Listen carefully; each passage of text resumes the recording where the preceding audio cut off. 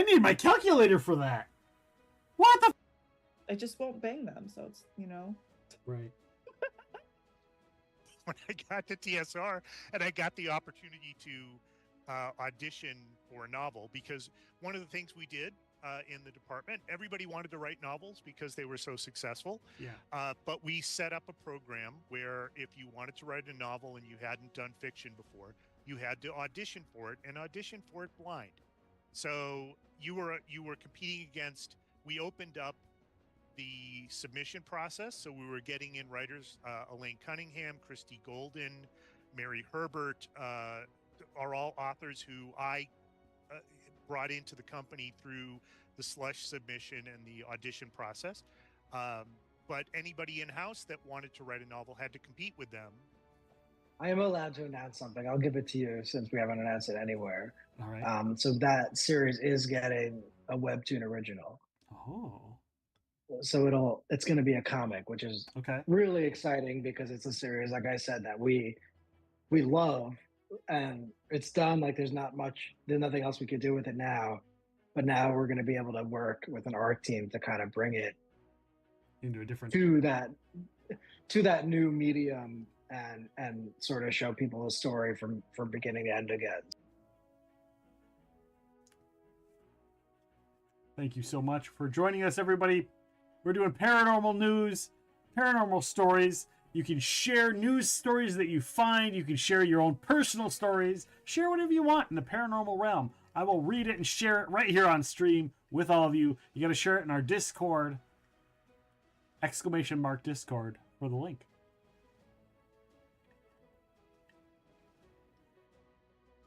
Cheers. Here, push. I will show my titties for 10 biddies. Right? will. Titties for I bitties. will. Thank you. Look at that clip. Oh, will. Billy. Oh my god. Oh my. I'm sorry. I need to go on BRB. BRB, hold on. This I'll be in stream. my bunk. Like that. Welcome in, Raiders. But I was also made like the host of all, like they had a bar crawl, so I was a host of that. They had a Which flip makes cup sense. game. That makes sense. Who else Yeah. would be? They had a flip cup game tournament, so I was a host of that. They had a beer pong tournament, I was a host of that. And so like Darkness Radio was doing a bar crawl of their own, but they'd tell spooky stories because we were in the Bermuda Triangle. And Tim goes, "Hey, why don't you come along?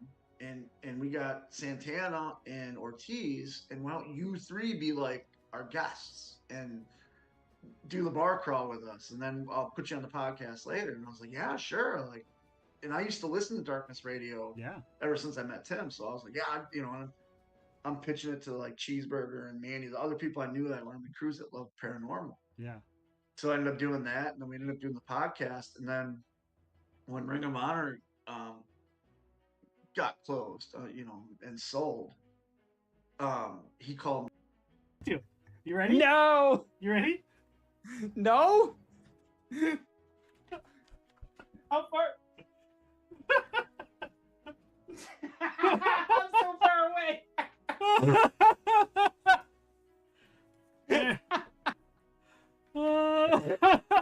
There you go, guys.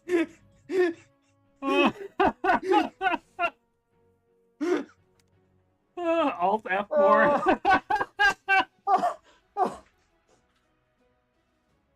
I can't. You didn't need to see that. Clipping. Look, see, you know what? Hang on a second. I fight these villains off all the time. It's, see, that's what happens when you sit around and you sign Pops to the Creeper, he's got to be in on it, Right. Scooby-Doo, where are you? Oh, boy, Scooby-Dooby-Doo with epic rims. Hello, Movember. Thank you for all the donations. Hi, Movember. Thank you so much. Thank you so much. November. Oh, shit. Welcome on in. I appreciate you. Welcome in. Hello. Hello. Thanks for popping in. For those that don't know, Movember just popped in here, guys. Our team. Shit, we have to keep the prostate checking off camera. Shit. Do we have to delete the VOD? Do we have to delete the VOD now? No, it just moves to the OnlyFans. Are you sure? Oh, it moves to the OnlyFans. Huh. Right. Okay, so check out the OnlyFans if you want to see the actual checking. We don't of have the prostate. OnlyFans. We don't. Yo. We don't. Shenanigans are speak for ensuing, everyone. yourself. Yeah. Pixel Nips has an OnlyFans. I've seen it. All right, Guys, our so- team is at $4,513 raised now. 4,000. Wow. There we go. You guys are fucking amazing. We're at 4,513. Woo, we're doing Guys, this. We're doing We're this. doing this. Yes. I'm doing this. You guys do whatever you want. These are my thumbs. And they dance. Boop, boop, boop, boop, boop, boop, boop, boop, boop, boop, boop. Hey. There's a game called Dick and Milk. Sorry, I don't know what Dick and Milk is.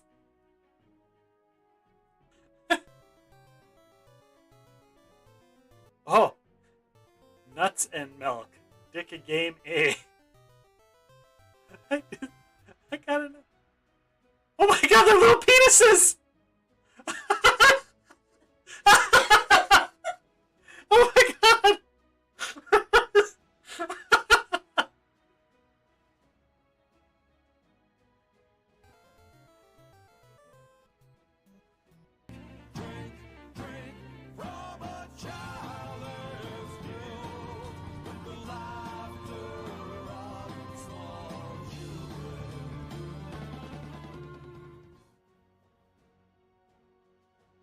I need my calculator for that. What the? I just won't bang them, so it's, you know. Right. When I got to TSR and I got the opportunity to audition for a novel, because one of the things we did in the department, everybody wanted to write novels because they were so successful. Yeah. But we set up a program where if you wanted to write a novel and you hadn't done fiction before, you had to audition for it and audition for it blind. So you were competing against. We opened up the submission process, so we were getting in writers. Elaine Cunningham, Christy Golden, Mary Herbert are all authors who I brought into the company through the slush submission and the audition process. But anybody in-house that wanted to write a novel had to compete with them. I am allowed to announce something. I'll give it to you since we haven't announced it anywhere. All right. So that series is getting a webtoon original. Oh. So it's going to be a comic, which is Okay. really exciting because it's a series, like I said, that we love, and it's done. Like there's nothing else we could do with it now, but now we're going to be able to work with an art team to kind of bring it Into a different. to that new medium and sort of show people the story from beginning to end again. Thank you so much for joining us, everybody.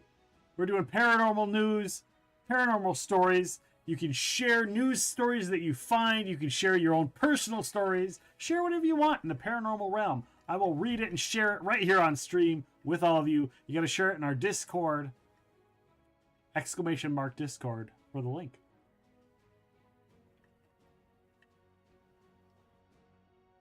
Cheers. Here, push. I will show my titties for 10 biddies. Right? will. Titties for I bitties. will. Thank you. Look at that clip. Oh, Will. Billy. Oh my god. Oh my. I'm sorry. I need to go on BRB. BRB, hold on. This I'll be in stream. my bunk. Like that. Welcome in, Raiders. But I was also made like the host of all, like they had a bar crawl, so I was a host of that. They had a Which flip makes cup sense. game. That makes sense. Who else Yeah. would be? They had a flip cup game tournament, so I was a host of that. They had a beer pong tournament, I was a host of that. And so like Darkness Radio was doing a bar crawl of their own, but it was they'd tell spooky stories because we were in the Bermuda Triangle. And Tim goes, "Hey, why don't you come along? And we got Santana and Ortiz, and why don't you three be like our guests and do the bar crawl with us, and then I'll put you on the podcast later." And I was like, "Yeah, sure." Like, and I used to listen to Darkness Radio Yeah. ever since I met Tim, so I was like, "Yeah, I'm pitching it to like Cheeseburger and Manny, the other people I knew that were on the cruise that loved paranormal." Yeah. So I ended up doing that, and then we ended up doing the podcast. And then when Ring of Honor got closed, and sold, he called me. You ready? No. You ready? No. How far? I'm so far away.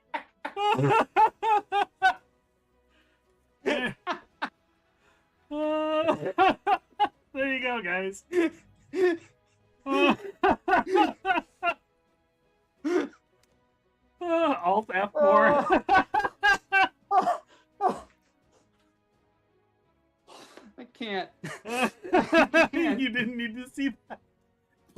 clipping. Look, see, you know what? Hang on a second. I fight these villains off all the time. It's, you know. See, that's what happens when you sit around and you sign Pops of the Creeper. You know, he's got to be in on it. You know. Right. Scooby Doo, where are you? Oh boy, Scooby Dooby Doo with epic rims. Hello, Movember. Thank you for all the donations. Hi, Movember. Thank you so much. Thank you so much. November. Oh, shit. Welcome on in. I appreciate you. Welcome in. Hello. Hello. Thanks for popping in. For those that don't know, Movember just popped in here, guys. Our Oh team- shit! We have to keep the prostate checking off camera. Shit. Do we have to delete the VOD? Do we have to delete the VOD now? No, it just moves to- to the OnlyFans. Are you sure? Oh, it moves to the OnlyFans. Huh. Right. Okay, so check out the OnlyFans if you want to see the actual checking. We don't of the have prostate. OnlyFans. We don't. Yo. We don't. Abby, Shenanigans are speak for ensuing, everyone. yourself. Yeah. Pixel Nips has an OnlyFans. I've seen it. All right, Guys, our so- team is at $4,513 raised now. 4,000. Wow. There we go. You guys are fucking amazing. We're at 4,513. Woo, we're doing Guys, this. We're doing We're this. doing this. Yes. I'm doing this. You guys do whatever you want. These are my thumbs, and they dance. Boop boop boop boop boop boop boop boop boop boop boop. Hey.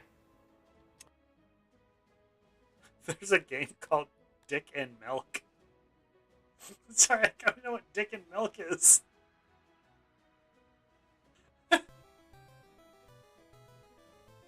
Oh, Nuts and Milk. Dick and Game A. I gotta know. Oh my god, they're little penises! Oh my god!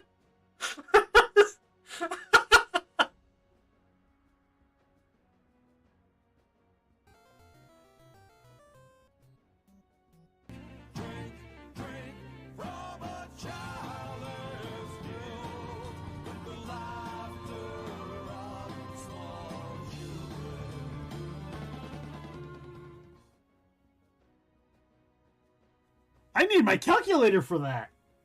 What the? I just won't bang them, so it's, you know. Right. When I got to TSR and I got the opportunity to audition for a novel, because one of the things we did in the department, everybody wanted to write novels because they were so successful. Yeah. But we set up a program where if you wanted to write a novel and you hadn't done fiction before, you had to audition for it and audition for it blind. So you were competing against. We opened up the submission process, so we were getting in writers. Elaine Cunningham, Christy Golden, Mary Herbert are all authors who I brought into the company through the slush submission and the audition process. But anybody in house that wanted to write a novel had to compete with them. I am allowed to announce something. I'll give it to you since we haven't announced it anywhere. All right. So that series is getting a webtoon original. Oh. So it's going to be a comic, which is Okay. really exciting because it's a series, like I said, that we love, and it's done. Like there's nothing else we could do with it now, but now we're going to be able to work with an art team to kind of bring it Into a different. to that new medium and sort of show people a story from beginning to end again. Thank you so much for joining us, everybody. We're doing paranormal news, paranormal stories. You can share news stories that you find. You can share your own personal stories. Share whatever you want in the paranormal realm. I will read it and share it right here on stream with all of you. You got to share it in our Discord. ! Discord.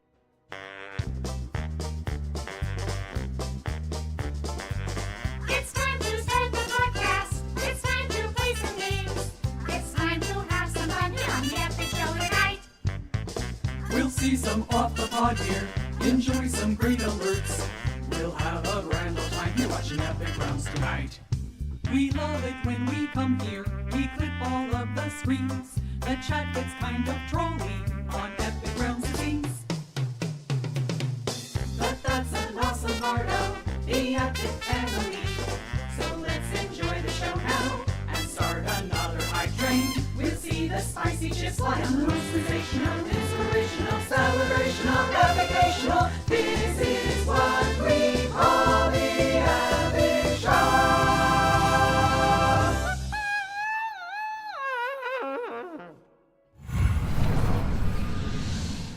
Hello, friends and enemies, heroes and villains. Welcome to Epic Realms Presents Off the Pod. It's not a podcast, sort of podcast. It's not really is, but it is. But it kind of isn't. It's not. It's just a talk show. So welcome on in, everybody. That's our standard intro to the show. That's our standard. That's kind of how I do it, and it's really weird. So welcome on in, everybody. My guest today is the one and only streamer, game dev, game guru, Java person, and fellow celiac, the one and only Tux. Welcome in. How are you doing? I'm doing good. Busy but good. So yeah. How about you? How have you been doing today? Today I'm good. I've got great news that for those that follow my Discord and have been paying attention, I had the medical stuff that happened over the weekend, and I was down and out all weekend, much more so than I thought. But everything, I got test results back today. Everything came back negative, and I have no cancer. Yay! Yay! That is awesome news. So I am excited for that. My spirits are up, and that's good because that was stressing me out all weekend. So, also what was stressing me out all weekend was the fact that I didn't get to play Riftopia much. So I'm very excited to play Riftopia. If people don't know what Riftopia is, you'll be able to find out. Well, you can go find out anytime now. Let me type it in. Riftopia. Do you think Huntress is going to show up when I do this? She usually I don't know. She usually does, but it is later in the evening, so sometimes she actually goes to bed. Why didn't that work?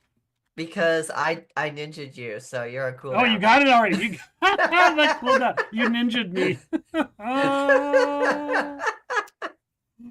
Oh, that's when why the I was dev like, of I just don't know. when the dev of Riftopia ninjas you in your own stream. Okay, that's understandable. Welcome on in, everybody who's in chat, hanging out. Thank you for being here. Lyric is here. Mucky's bro, Mr. Jones Life.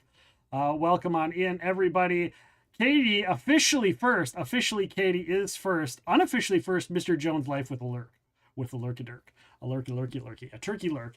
Welcome on in, everybody. We got all kinds of cool topics today. Some of you guys may guess. You can see right now on the screen, it says that we have a topic called Living Gluten-Free Living, somewhere along those lines. We're going to talk about celiac disease, gluten-free foods, all of that kind of stuff, because you're the first person in the community, really, that is also celiac that I can commiserate with. So it's been great. It's been great to have the conversations we've had and all of the other people's chats. Oh man, honestly, it has been amazing to be able to have these chats as well, because it's like a fellow celiac. Yes. Right. We're also going to talk some game mastering on the fly, dungeon mastering on the fly, if you will, depending on your point of view. You can usually tell people who started and mostly played D&D on whether or not they say game master or dungeon master. There's a little inside scoop. You can usually tell people's what they do based on what terminology they use. So it's a little inside thing there. We're going to talk a little bit of Java programming.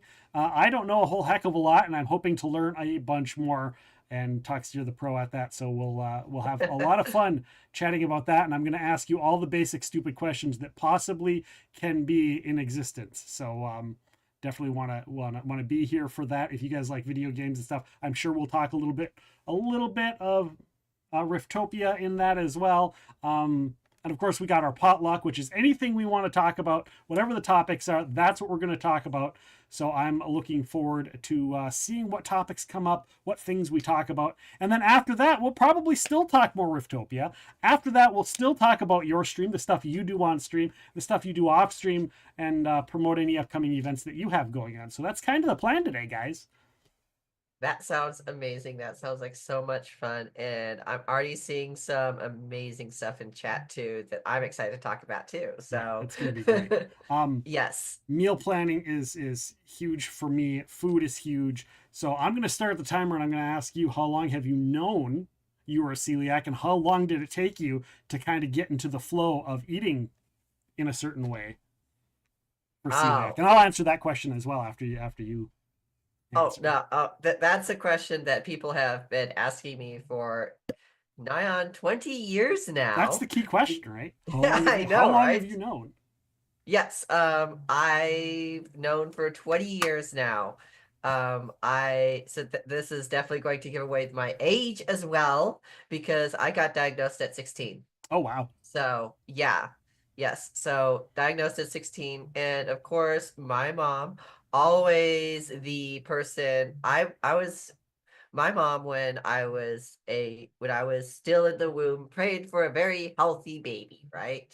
So when I came out and I was very sickly, she was very much so like, well, shoot, how do I get this child healthy?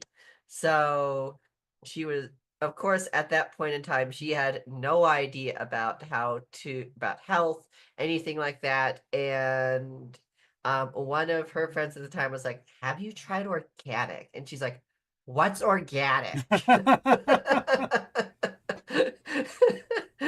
And that set her down the road. And she went from traditional foods to organic foods like organic bananas and stuff. And all of a sudden, I went from being allergic to bananas to all of a sudden being able to have organic bananas. And it's like, oh, look. It's Pedro.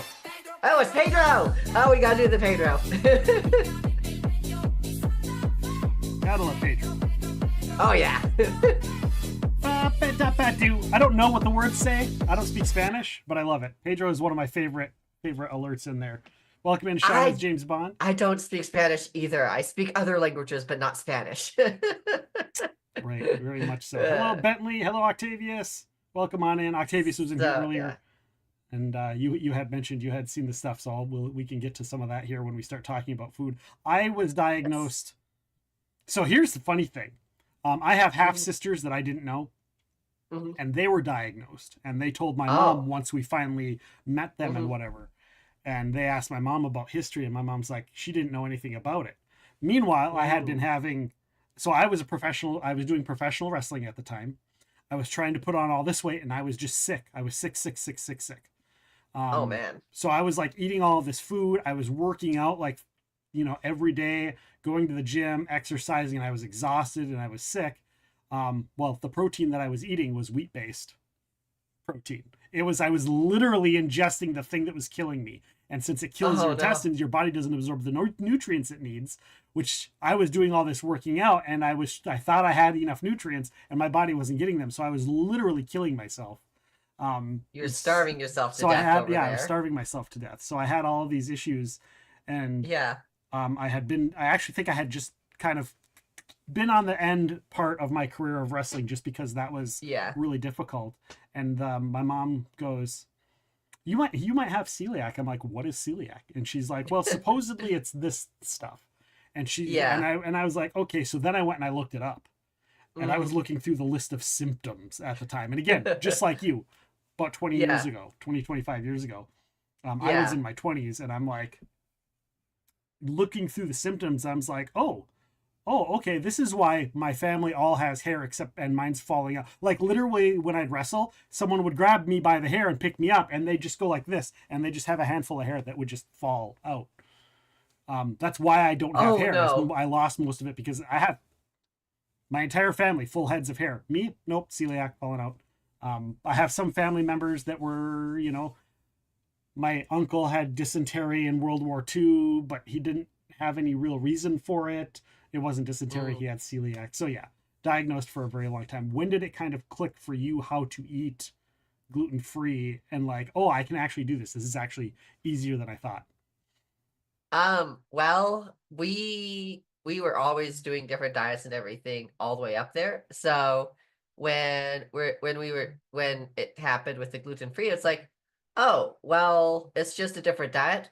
We could do this. So my mom changed the diet and we just went gluten-free. Well, back 20 years ago, gluten-free bread was terrible. Yeah. If you could find some. It was like triple wrapped in like 3 billion layers of plastic and been sitting on the shelf for 5 months. It's like a hardtack. We had a Whole Foods. Oh, lucky. We lived in an area that didn't have that kind of stuff, so not fun. Yeah, we had the millet Whole Foods gluten-free bread, which you had to toast to have any semblance of eatability. Right. It tasted absolutely terrible. Absolutely terrible. You know what millet tastes like. Unfortunately, I do. For me, it took me years. I have 2 moments in my life. It was like 2 years after that when I was trying to do it, but I was like, I can't eat Yeah. anything. I don't understand how this is. I was still getting sick, and I was at a theme park, like a Valley Fair. I don't know Yeah. what you guys have in the area that you're at, if you have Valley Fairs or what you have, but roller coasters and all that. That's just there year round. And I went in there, and I'm like, I'm trying to eat gluten free, and then I was like, oh well, I could probably have this. Oh, well, I could probably have that. Well, that's probably. And I spent my entire time at Valley Fair, and I was like, hey, I did good. Like the entire weekend was gluten free. Looking back, it probably wasn't. The French fries, the French fries are gluten. Well, looking back, no, they probably weren't. But at the time, having that click, and then later, about 10, 15 years ago, about 2008, 2009, I really started to buckle down and be like, okay, this is my diet. This is what I can have. This is what I can't have. Doing a lot of research, I started to do public speaking at schools about it and stuff. So I became very, very, very educated on it. So we were always about we had been eliminating foods and stuff by that time for a very long time. So for me, it was like, oh, so we just need to learn what we need to eliminate, what's in what where, and the cross-contamination stuff. So it was very easy to figure out, very much so. Well, now we just need to figure out what foods are safe and stuff, and what usually contains this and everything like that. So it's still difficult to eat out, stuff like that, Yeah, it is very difficult. Yeah, and it's still like, well, do I really, whenever someone goes, hey, you want to go, it's like, whenever someone says, hey, let's go eat out, and you're just like, oh, we're going eating out somewhere? Yeah, you want to come with? Where are we going? Oh, we don't know yet. Where do you want to go? Well, we don't know. We're just gonna go somewhere. And you're like, the dread. Yeah, I don't know where. Okay, well, let me bring my snacks with me. Let me bring a sandwich of my own and pre-pack it. And if there's something I can eat, then I'll eat. And if not, then I've brought food. That's generally what we do. Yeah. For me, it's most of the time, it's like my friends inviting me, hey, you want to go out to eat? It's like, well, where are we going? You're like, where can you go out to eat? I'm like, let me pull out my list of safe places. Right. I usually have questions. So like I have a kind of a pre-programmed list of questions when I go to a new restaurant when they have gluten free. If I look at it, and depending on what the menu says, the first thing, if I see French fries, the first thing I ask is, it says your French fries are gluten free. Do they have their own fryer? Or I won't even say that. It says they're gluten free. How are they prepared? Depending on how the server responds to my question, depends on how safe I feel. If they say, yeah, it's gluten free, they're made out of potatoes, I'm like, and then I follow up with, but are they in the same fryer as everything else? And they say, oh yeah, then I just go, okay, they don't understand. I don't trust anything they're saying. Yeah, exactly. Usually when I go to a restaurant and something, and I'm trying stuff out, I'll be like, so I ask about their cross-contamination policies and stuff, and just ask about that. And they like, well, we wipe down the counters, the boards, stuff like that, different areas, change your gloves, stuff like that. And then I follow up with like, okay, so then I asked about different procedures, stuff like that, fryers, and just really go into all of those different areas and stuff. Where do they grill their buns for their burgers? Exactly. Because they don't think about that. They're like, well, yeah, we clean everything up, but they put the buns where they put the burgers to grill the buns. Well, then the burgers aren't safe either. People don't think about that. So exactly. Yep. Yeah. Best way to ask, what is your cross-contamination policies? Yeah.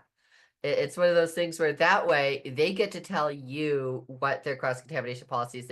One of the things that they can say is we have a dedicated spot on our grill that is dedicated gluten-free. That way they can say exactly what their policies are for cross-contamination, stuff like that. That way you get to let them do their spiel versus you having to ask all those questions. Another one I'll just start off sometimes blanket and just be like, I'll say that I need to eat gluten free, and if they respond with, is it a celiac or you're just gluten free? When Mhm. they ask that, then I'm like, okay, they have an idea. We're in the right direction. If they know the Yes. difference, that's important. Yes, it is. It is. And one of the things when there is a local restaurant over here Or if they get that their manager. yeah. There's a local restaurant here that I feel so safe eating at because they have they have one of the head chefs that heads up all the recipes and stuff like that. His daughter is celiac. And when he was designing the whole restaurants and everything like that, he made sure that most, if not all, of the menu could be made gluten free. And he designed all of the cross contamination policies and everything. And he made sure that there is a dedicated gluten free fryer in every single restaurant and everything. And he That's actually important. came up to me at the grand opening of the new store over here and actually talked to me about that too. So it was absolutely amazing. So it's like, yeah, no, I will go eat over at that store all the time over here. So yeah. It's amazing. So yeah. I know it was Having mentioned that. earlier about houses that have two different types of food in there Mhm. and keeping stuff separate. Yes. What is your understanding of things like what kind of pans you can use, what kind of utensils you can use for both without much issue? Because for us in our household, it's like if it's non-stick, we don't. Non-stick is keep things separate, but if it's like stainless steel, to me, as long as it doesn't have huge scratches, you can clean stainless steel off. Silicone, but Yeah. like wood, you can't. Cast iron, you Yes. can't. I don't know what your thoughts on that are, because I know there's a lot of arguments on those processes. What are yours? That's a good point, right? I prefer metal pans, metal dishes like that that can be cleaned, stuff like that. Plastic is very hard to clean, right? Right. From stuff. Yeah, we usually So do I like we'll tend do to shy silicone. away. If it's plastic, it's one or the other. It's not both. Yeah, exactly. I'm a single person household. My household is entirely gluten free, so I don't have to worry You don't about have that. to worry about that.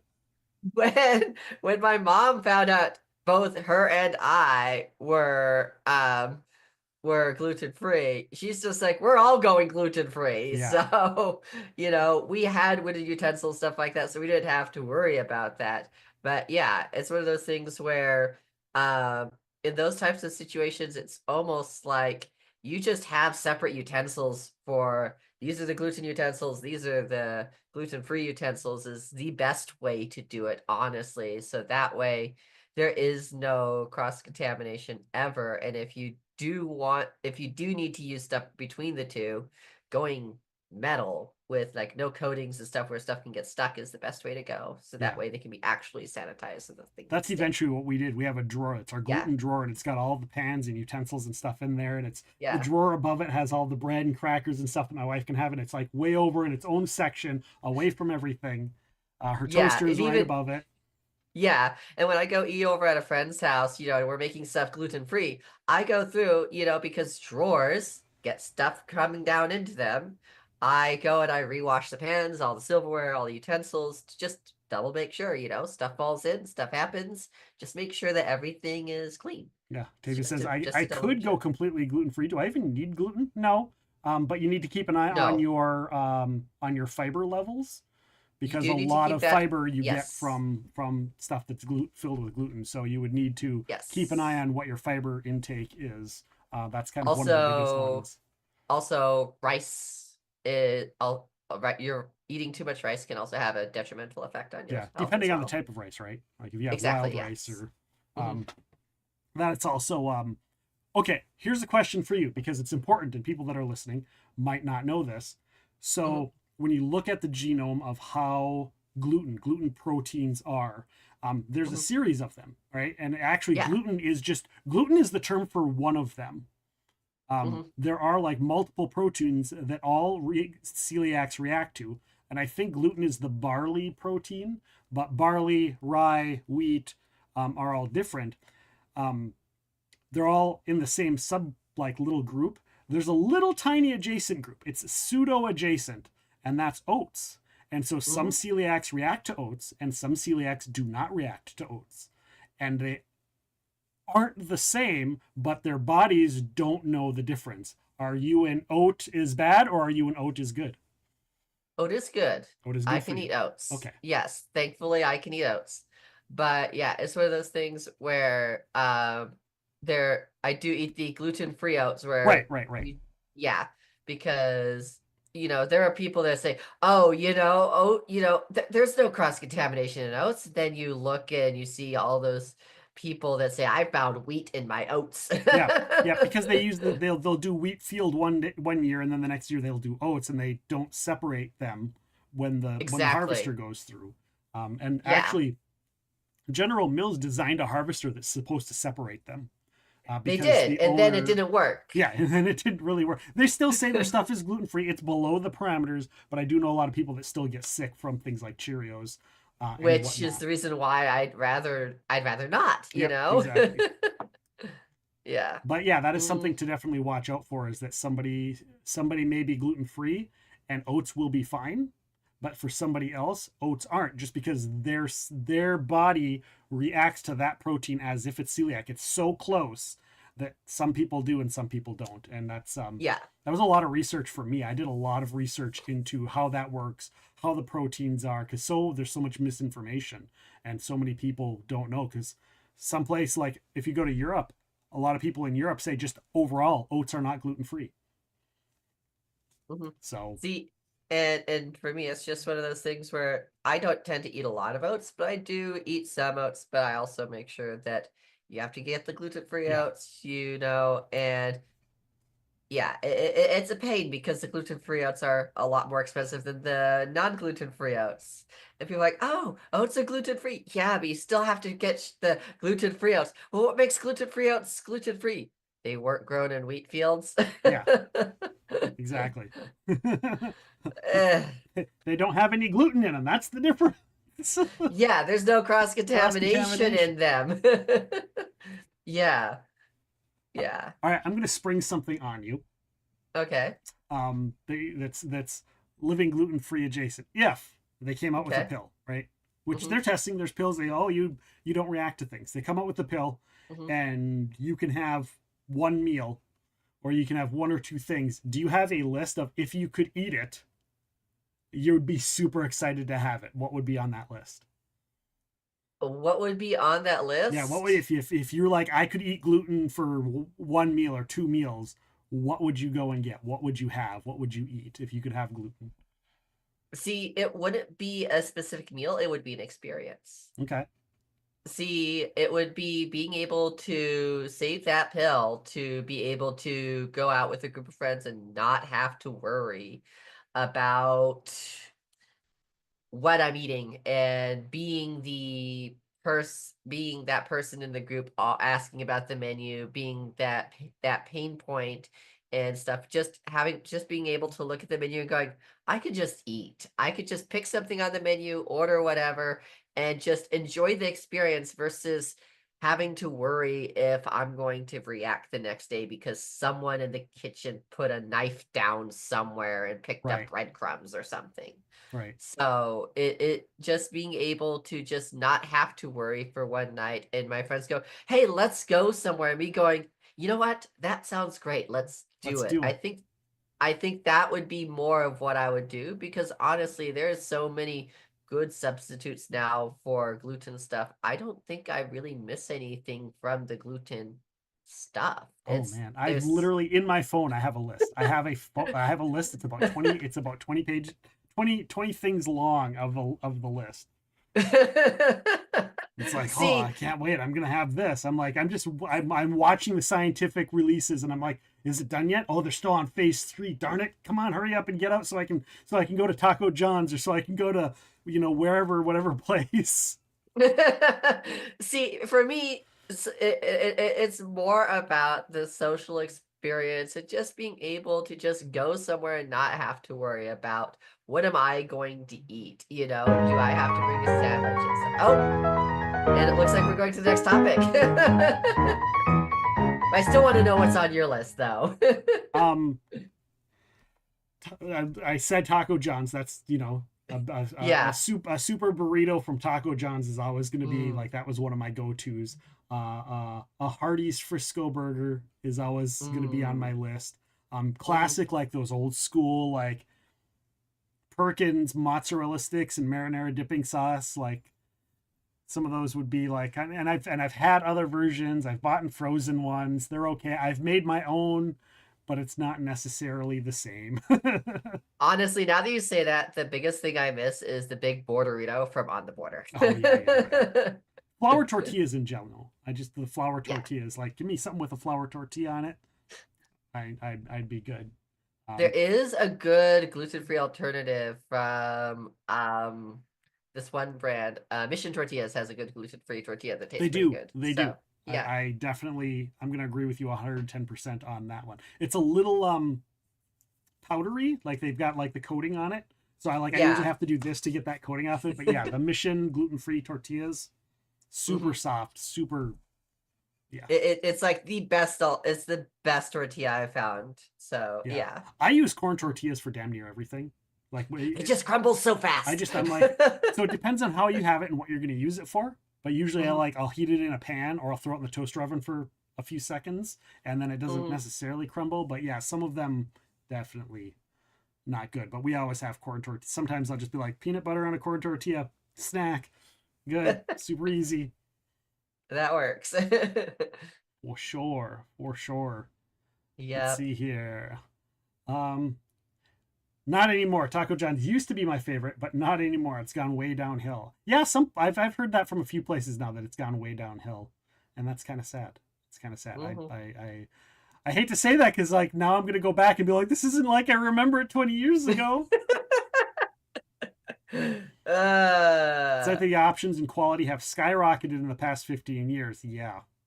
In the past 20 years, yes. Options back then were, it was like eating cardboard. The past 5 years, the difference in quality for some things, right? Like I remember when Udi's came out with their gluten-free bread and I was like, oh my gosh, this is like white bread. And then somebody else bought the company and it's like, okay, now it's more like English muffin bread. And then somebody else bought the company and now it's like, this is garbage.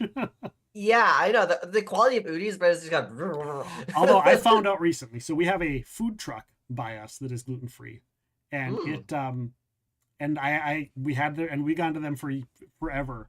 And the guy just told us recently where he was getting his buns. It's like, we love your buns. It's like, there used to be buns like this and we don't know any place that has it anymore. And he's like, let me tell you a secret. They're Udi's buns. And I'm like, no, they're not. He's like, depending on where you get them, Udi's has a mass produced for companies, like for restaurants that are the old recipe where they don't fall apart. Oh. And so he buys them he buys them like a case of them and he pulled it up. He's like, it's these. He's like, but it's not the same things that normal people get in the stores. And I was like, you gotta be kidding me. As far as the noodles go, I like the Tinkiana pasta. That is like the best gluten-free pasta. I like Barilla. Barilla has a good pasta depending on what kind of pasta you want. And there's a ramen that Costco has that I just love. It's the one that comes in the big bags, right? The big orange bag. Yeah. Costco has an amazing ramen noodle if you want ramen. And I'll just use that. I'll just use the ramen noodles. So I'm like, I'm making my homemade Alfredo sauce. We're just gonna put it with these ramen noodles. I don't care. It's like $1.50 a cake, but it's good. Lyric, we love your buns. Thank you. Yeah, I guess I did say that. I guess we did say we love your buns. I'll have to tell him that next time. It's like, we did say we love your buns. Yep. All right. I guess we're gonna have to go to the next topic, though. We do have a Tangia dungeon up as well for people who want to join the Tangia dungeon. Get on in there, get your stuff. By the way, guys, we will be back tomorrow. We'll be doing Riftopia tomorrow. More on that as the evening progresses. We're just so much like we could talk celiac stuff. Talk celiac forever and ever. Yes. Yeah, it's easy. Yeah. For sure. So the next topic, game mastering on the fly. So first and foremost, are you do you use the word game master or do you use the term dungeon master? Usually dungeon master, because that's the first term I heard because I grew up with the D&D stuff. We used to say dungeon master way back when, and then we started playing other games, and it was like Storyteller, and like every game had their own version. And eventually, Yeah. like we heard the term game master, and we're like, that just applies to all of them. That's not Yeah. that's not a World of Darkness. That's not a Cthulhu. That's not a Star Wars. It's like just the game master. So now that's the generic term that I use, is game master for everything. Yeah. And that way it yeah. doesn't sound like I have a kink. It's like, we're gonna get down. I'm game master. Bring on that. We're gonna get down. We're gonna get dirty, Dirty. tonight. Bring your fluffy handcuffs. No one clip that. No. No one clip that. No one clip that. They will. They will. So there's a talent and a skill to game mastering on the fly, and some people call it sandboxing, but I don't want to say it's always sandboxing, because sometimes you have to game master on the fly in a non-sandbox game as well. Oh no. And I don't know, Tux, I don't know how long you've been role playing for. I don't know, but I'm going to ask you, what are some of your keys to running games that are kind of on the fly, where you don't know what's going to happen, or they catch you off guard? Do you have a couple tricks you use to try and keep things going? Yeah, actually, I just have a list of things of the characters, their motivations, and what drives them, right? I basically have a storyline and what needs to happen, right? What needs to happen, how they would react to certain situations, and just the general plot line and what we need, what we're going to be doing, right? And the world and stuff, I flesh it out just enough that it looks like a living, breathing world. Right. But I also draw on years of theater experience and improv, where they could throw a curveball on me and say, well, all right, well, let's look at this list of people. Who do I see on this list of people? Okay, well, like they threw me a curveball last night. Like, okay, well, looking at the list of people, we want to go see.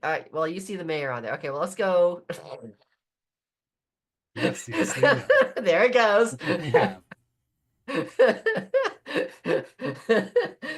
So they go look at the list, and they look at this. Okay, yeah, we see the mayor, right? So they went, okay, we're gonna go see the mayor, right?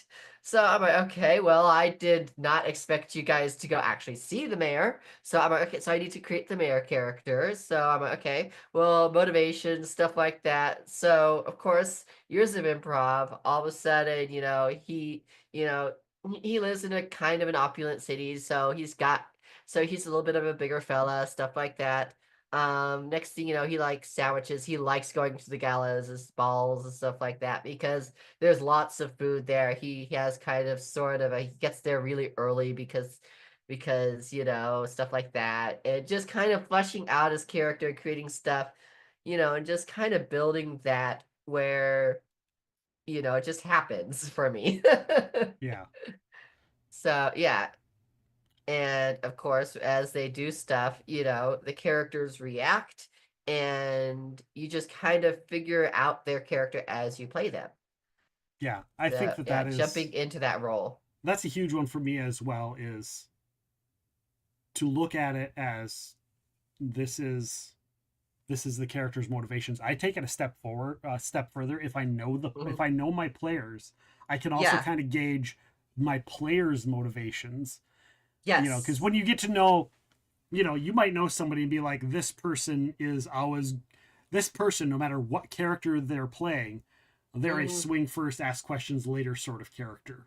Oh, for sure, yes. So, it doesn't matter what they're playing, or that player has a tendency to do that, or to get bored, and they just want to, this player just wants to roll dice. Doesn't matter if they're playing a rogue, a wizard, or whatever. They just want to roll dice. It's like, okay, so knowing that as well is also a big part of that. But yeah, I think the improv is also a huge part of calling things. You gotta roll things on the fly, and just being able to roll with punches. You don't have character sheets for the guards. Well, you know kind of how much damage the weapons do. Think, okay, well, how much damage the weapon's gonna do? Well, we'll figure that out. Right. How much health do the guards have? Well, this guy has 60. This one has 80 now. Yeah, you can just call combat, I actually think that combat oftentimes, especially mundane combat called on the fly, Combat is very simple. combat should feel dynamic, right? I feel like one of the things that I've learned is, you know, when I'm doing my D&D campaigns, what I'm doing is I'm telling a story, right? I'm telling a story with the players. They're interacting with the world, and I want to tell a story with my players. Like, okay, well, we want to attack the guards. I'm like, okay, well, let's see here. These guards are fairly strong. It's going to be a fight. It's going to be a fairly it's going to be a fairly long fight for the players. Let's give them some higher health. You know, let's make it maybe. Let's try to. They're going to call for backup. They're not going to win this fight. Let's try to make them flee, type of thing. You know, maybe create some dynamics to kind of figure out how I kind of want that to play out for my players too. You know, try to create that dynamic there. You know, and kind of guide my players towards what I want them, while also not railroading them towards a specific event. I hate railroading. That's one of the things that's like, it drives me up the wall. But at the same time, like I say this a lot, that an experienced player can see where the GM wants you to go. Yeah. And an experienced player will know that and go, okay, well, how can I help guide the team in the direction the GM wants to tell this story? Like, they've dropped hints 2 or 3 times about this thing. Okay, they obviously want us to go look at that. My character has no reason to go look at that. Like, I don't, like you said, knowing the player motivations. But, you know, if you have like a fairly new GM, it's like, well, maybe they might not know my motivations, or they might not know that trick. Well, let me as the player make up my motivation. Why would my character want to do that? And I have the autonomy to do that as a player. So it does kind of work both ways as well, where it's like, you know, you can help your GM along a little bit by going the direction that they want to go, if you want. So Oh, for sure. And you know, it's also telling that story and stuff, and trying to create that environment that the players kind of try to latch onto. And I didn't know where my players were going to go in either of my sessions, because for I did a couple sessions last month and one this month where a lot of my players are brand new to my table and stuff, so I didn't know their play style, stuff like that. So and sometimes it that was can take a more, couple of years for them to learn their play style too, right? Exactly. So it's more of, you know, so you gotta create a box for them to play in, but also at the same time you gotta have some guide rails as well, kind of create kind of a tunnel vision for them, but also just give them some steering as well, kind of direct their eyes towards certain things, create a big, huge, grand thing that they kind of tend to look at, but also when they go off the rails, let them have some fun. Let them have fun within the sandbox, you know? And then you go, well, while they're having fun, well, if they're having fun over here, maybe what you do is you take that big, huge main event that was supposed to happen over here, and you go, well, let's put that over here instead. Right. And I want to say hi to you cats. Don't worry, you can distract. This is a game. This is a show where you, the audience, can chat with us, cats. You can totally chat with us. No Hello, worries. cats. Welcome in. We just might go off on a tangent and just be like super into it and be like, oh, we got to get back to the chat, but Yes. Yeah, because I love telling the stories with my players, because I don't know where the story is going, and that's half of the fun, right? That's the fun about sandboxing too, for sure. Yes. It's like, where's the story going? I don't know. We'll find out. We'll find out together.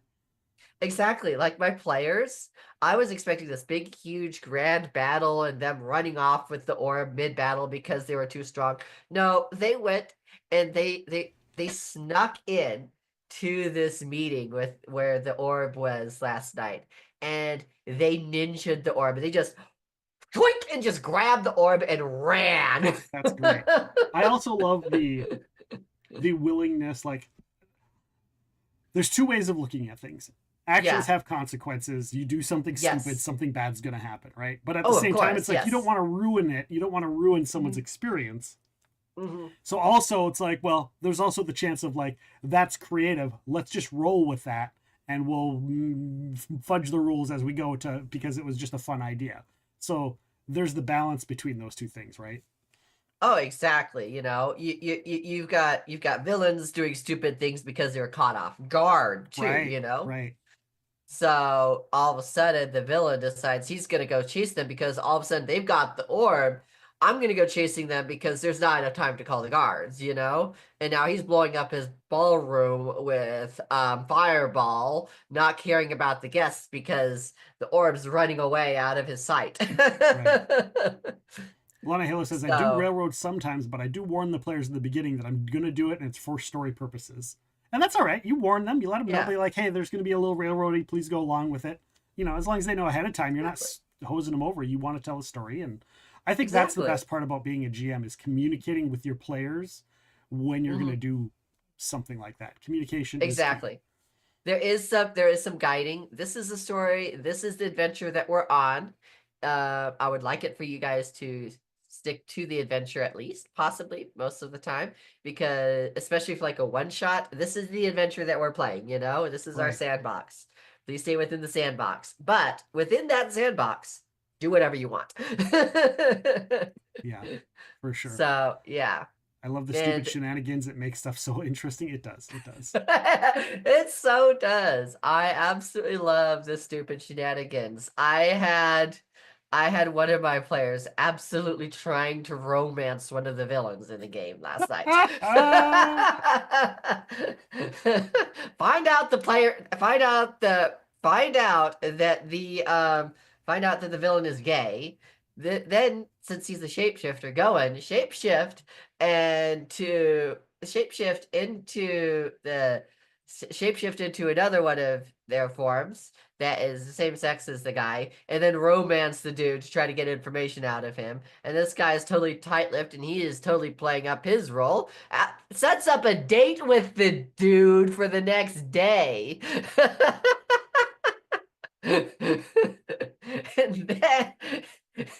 And then the guy just goes off to his corner again because he's on a mission as well. Right.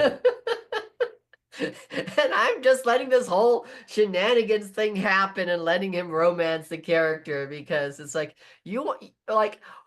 he's just waiting for the time, you know. He's just waiting for the time in the meeting, you know. He's just filling up time, but also trying not to be too inconspicuous. So he's like, you guys want to dance with me? Sure, why not? Right. And that's another thing too that it popped in my head because I was going to ask you like Yeah. what your strong suit is. I'm assuming calling things on the fly is kind of a specialty of yours based on conversations we had. Thus, we're having Yeah. a topic, right? Mm-hmm. Is that not Yeah. all game masters have that skill? Mm-hmm. Yeah. All game masters have different skill sets, whether it be planning things out, whether they're the kind of game master who can create, a pre-made module for whatever, or running a pre-made module, or doing stuff on the fly, doing sandbox games, hybridizing them, short teams, big teams. Everyone's got their different wheelhouses. I have tried doing maps. I have done maps in the past. I just need some better tools and stuff like that to make it easier and stuff. But also at the same time, those maps go out the window when my teams go off the rail. When my players go off the rails, it's like, well, that map is useless now, and that map is useless now, and well, I need to draw a new map for that now, and it's like, it's like my story, my players are so dynamic that all of a sudden maps are, I could create an environment very quickly in my head and present it to my Right. players in it very dynamically that way. But being able to do that via preset, via module is very difficult to do unless I had a whole set of maps for a very wide variety of things, Right. which eventually I may be able to do. But that's going to be a lot of money. So either a lot of money or a lot of time. So especially yes. if you're gaming in person. Like Yes, we exactly.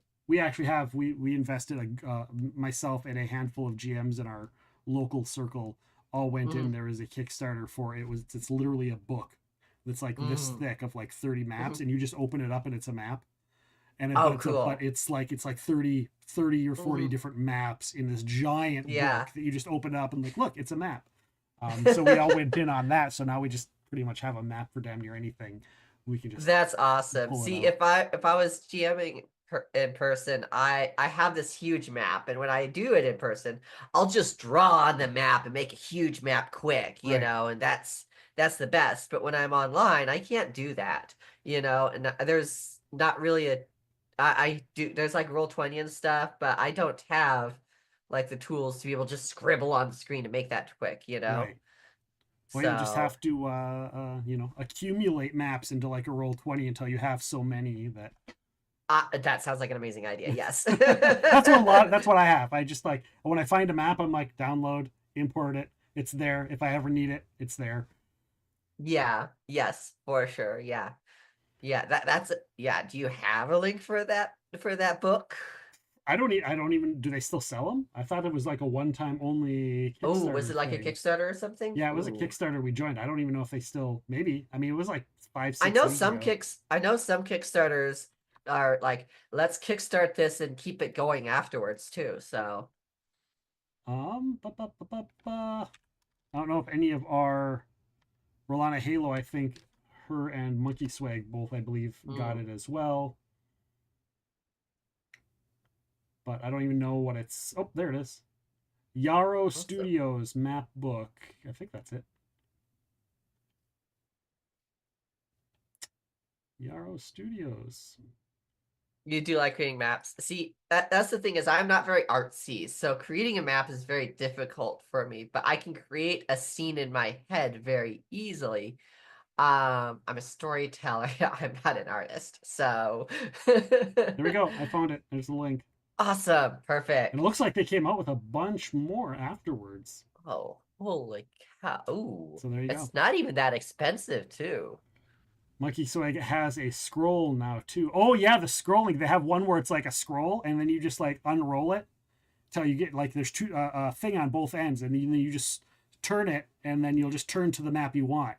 So it's like this big, super long scroll with a bunch of maps on it, and you like you wind one side and unwind the other side, and it like goes across. It's kind of a cool little thing. I forgot about that. I never got in on that. I wonder if they have a digital one that I could just like import into Roll20. That would be amazing. They probably do. Yeah. And they also have I use Dungeon Alchemist. I paid for the Dungeon Alchemist map making thing. So that's also really cool, and you can do 3D and stuff. I'll show you that offline. Yeah, that'd be Swag cool. says all the swag. I wish I could be cool. Hashtag my inspiration. See, what all I need to do is for my D&D campaigns, I just need to find like a map maker and go, okay, these are the environments I need you to create for me, and then just have them to create it, and then just pay them or something. Yeah, Dungeon Alchemist in Steam. You can go right in Steam and just type in Dungeon Alchemist, and it's super cool. You'll dig it. You will dig it. Trust me. I know there's other ones too. That's the one I use. I got in on the Kickstarter for that one, so. Oh, nice. So really, yeah, I'll have to check that one out. Really cool. Remind me afterwards. I can get you a link as well. So perfect. Yeah, that'll be easier. But yeah, I'm one of those where I use my improv school skills for D&D and really just go ham with it, and my players absolutely love it. I like when it comes to combat. Like I do like the theater of the mind. But when you're playing certain systems, a D&D, a Pathfinder, I've learned through horrible, horrible bad games that being able to see where you are, because theater of the mind only goes so far, because your theater of the mind, no matter, if you're the GM, no matter how well you describe the theater of the mind, my mind is going to see it differently. And I'm going to be I go this way, and you're going to picture it. And it's like, but I'm right next to him. No, you're not. You're like 15 feet away. Which is the reason why we have Roll20. And when I'm not doing like one-shots, we have a nice, we have tokens and everything. And then we put bad bot guys and stuff and use that for encounters. Okay. So yes. Yep. Monkey Swag. Milana Halo says that Monkey Swag says that ChatGPT can now draw maps for you. Oh wow. I've tried ChatGPT for maps. Doesn't do it. So I don't interesting. know. Yeah. Maybe I'm doing the prompt wrong, but Yeah, I don't know. yeah. I do not know. Mm-hmm. Well, we'll definitely have to either have me come and join you on a game, which has been on a plan. We've talked about it. Yes, we just have to have our schedules mesh. We just have to have schedules match up, or vice versa, where you come over here later down the road, whenever it gets to the point where I start having open scheduling for stuff. We've got all of our role playing days are all kind of scheduled out for a while, so. Yeah, I am doing more D&D sessions next month. Well, if one of those days are open for you, you're more than welcome to join, but we're probably going to have to actually schedule that to make sure you can get in on a game. Yeah, I'll just keep my eye out. I keep my eye in our stream team chat for when you do those, and I'm just like, hey, am I available? Nope, I'm not. I'm gone. I'm always busy. I've always got stuff going on. We're always busy when we're trying to do that stuff. So yeah, if you want in one of those games, I'll make sure that we schedule it that's going to be on a day that you're off. Okay. And then everyone else could just wrap around that schedule. So yeah. Awesome. I'm following Tux now. Yeah, Tux is awesome. It's been really cool to see a lot of the stuff that you've been doing in some of the games and the shenanigans, some of the clips from some of those games. Oh my gosh. Just ridiculous. Juicy doing that infernal impression was absolutely amazing. Yeah, I love Juicy. I love everybody in the Be Kinder team. It's been such a pleasure to get to meet so many people and and whatnot through that. So. And Juicy was a brand new D&D player, so this is her debut to D&D, and she absolutely killed it. So yeah, I love seeing that. I love seeing that.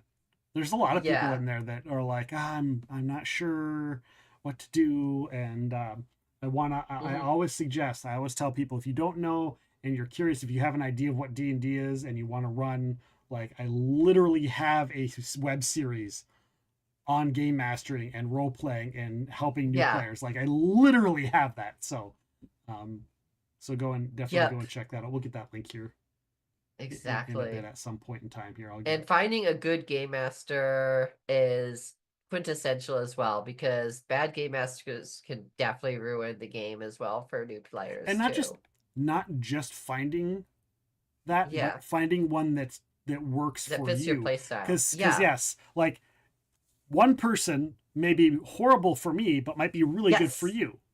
Exactly. Like, I do have some people who, like, we need maps. So I do have to sit down and create maps for some of my players. Right. They absolutely need maps because, like, we can't do theater of the mind. I'm like, okay.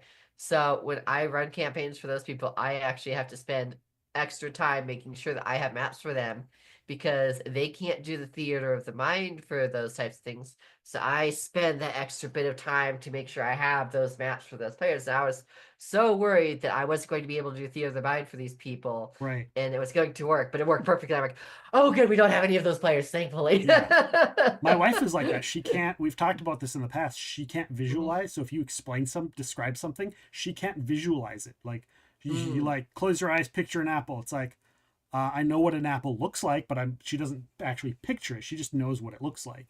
And so a theater of the mind doesn't necessarily work so well for her. So we usually, like, here's a map, or here's a picture, or, something like that. So, so yeah. Yep. Yeah. I do try to make accommodations as much as I can, but sometimes it doesn't work. But yes. And there's the link to the Game Masters Workshop show for people that are in the chat that might want to go and look at it. Might be curious. For those that are here that never heard of it or weren't here when we were doing those shows. Yes, for those with aphantasia, that is definitely something to consider as well, whether your DM does theater of the mind or not as well. Yeah, for sure. All right, guys, it is break time. We are done with our second topic, but when we come back, we're going to talk about Java programming. What that means. What is that? I don't know. We'll find out when we come back. Talk about Java programming, some video game stuff. We've still got Potluck on the way as well. We're going to talk a little bit about Riftopia. We're going to talk about what Tux does on our streams and what you can see over there on her streams as well. So we will be back in just a short minute. After this break, we'll see you soon.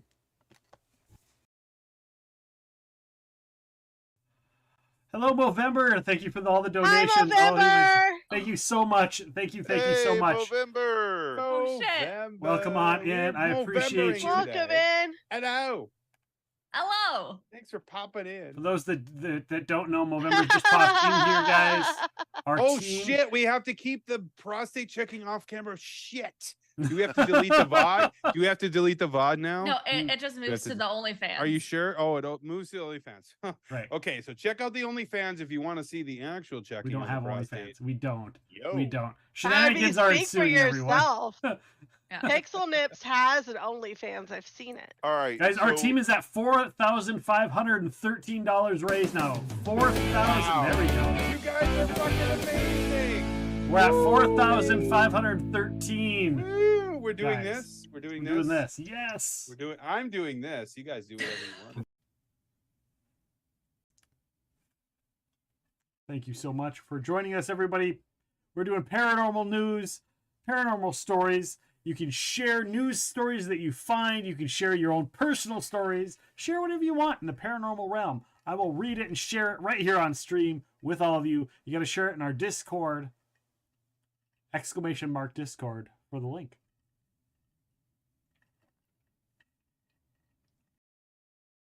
But I was also made like the host of all, like they had a bar crawl, so I was a host of that. They had a Which flip makes cup sense. game. That makes sense. Who else Yeah. would be? They had a flip cup game tournament, so I was a host of that. They had a beer pong tournament, I was a host of that. And so like Darkness Radio was doing a bar crawl of their own, but it was they'd tell spooky stories because we were in the Bermuda Triangle. And Tim goes, "Hey, why don't you come along?" And we got Santana and Ortiz, and why don't you three be like our guests and do the bar crawl with us, and then I'll put you on the podcast later. And I was like, yeah, sure. Like, and I used to listen to Darkness Radio ever since I met Tim. So I was like, yeah, I'm pitching it to like Cheeseburger and Manny, the other people I knew that were on the cruise that loved paranormal. Yeah. So I ended up doing that, and then we ended up doing the podcast. And then when Ring of Honor got closed, and sold, he called me. When I got to TSR and I got the opportunity to audition for a novel, because one of the things we did in the department, everybody wanted to write novels because they were so successful. Yeah. But we set up a program where if you wanted to write a novel and you hadn't done fiction before, you had to audition for it and audition for it blind. So you were competing against. We opened up the submission process. So we were getting in writers, Elaine Cunningham, Christy Golden, Mary Herbert, are all authors who I brought into the company through the slush submission and the audition process. But anybody in-house that wanted to write a novel had to compete with them.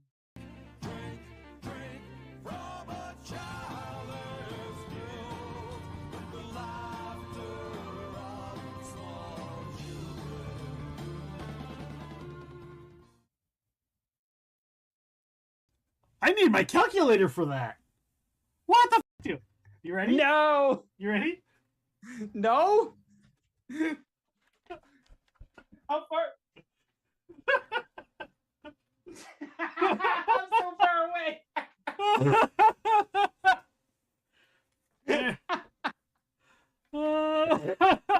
There you go, guys.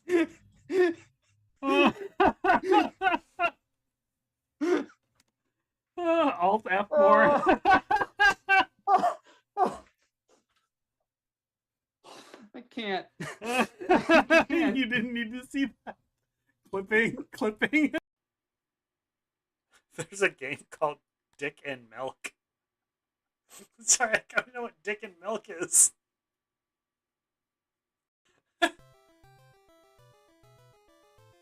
Oh, Nuts and Milk. Dick a game A. I gotta know. Oh my god, they're little penises! Oh my god!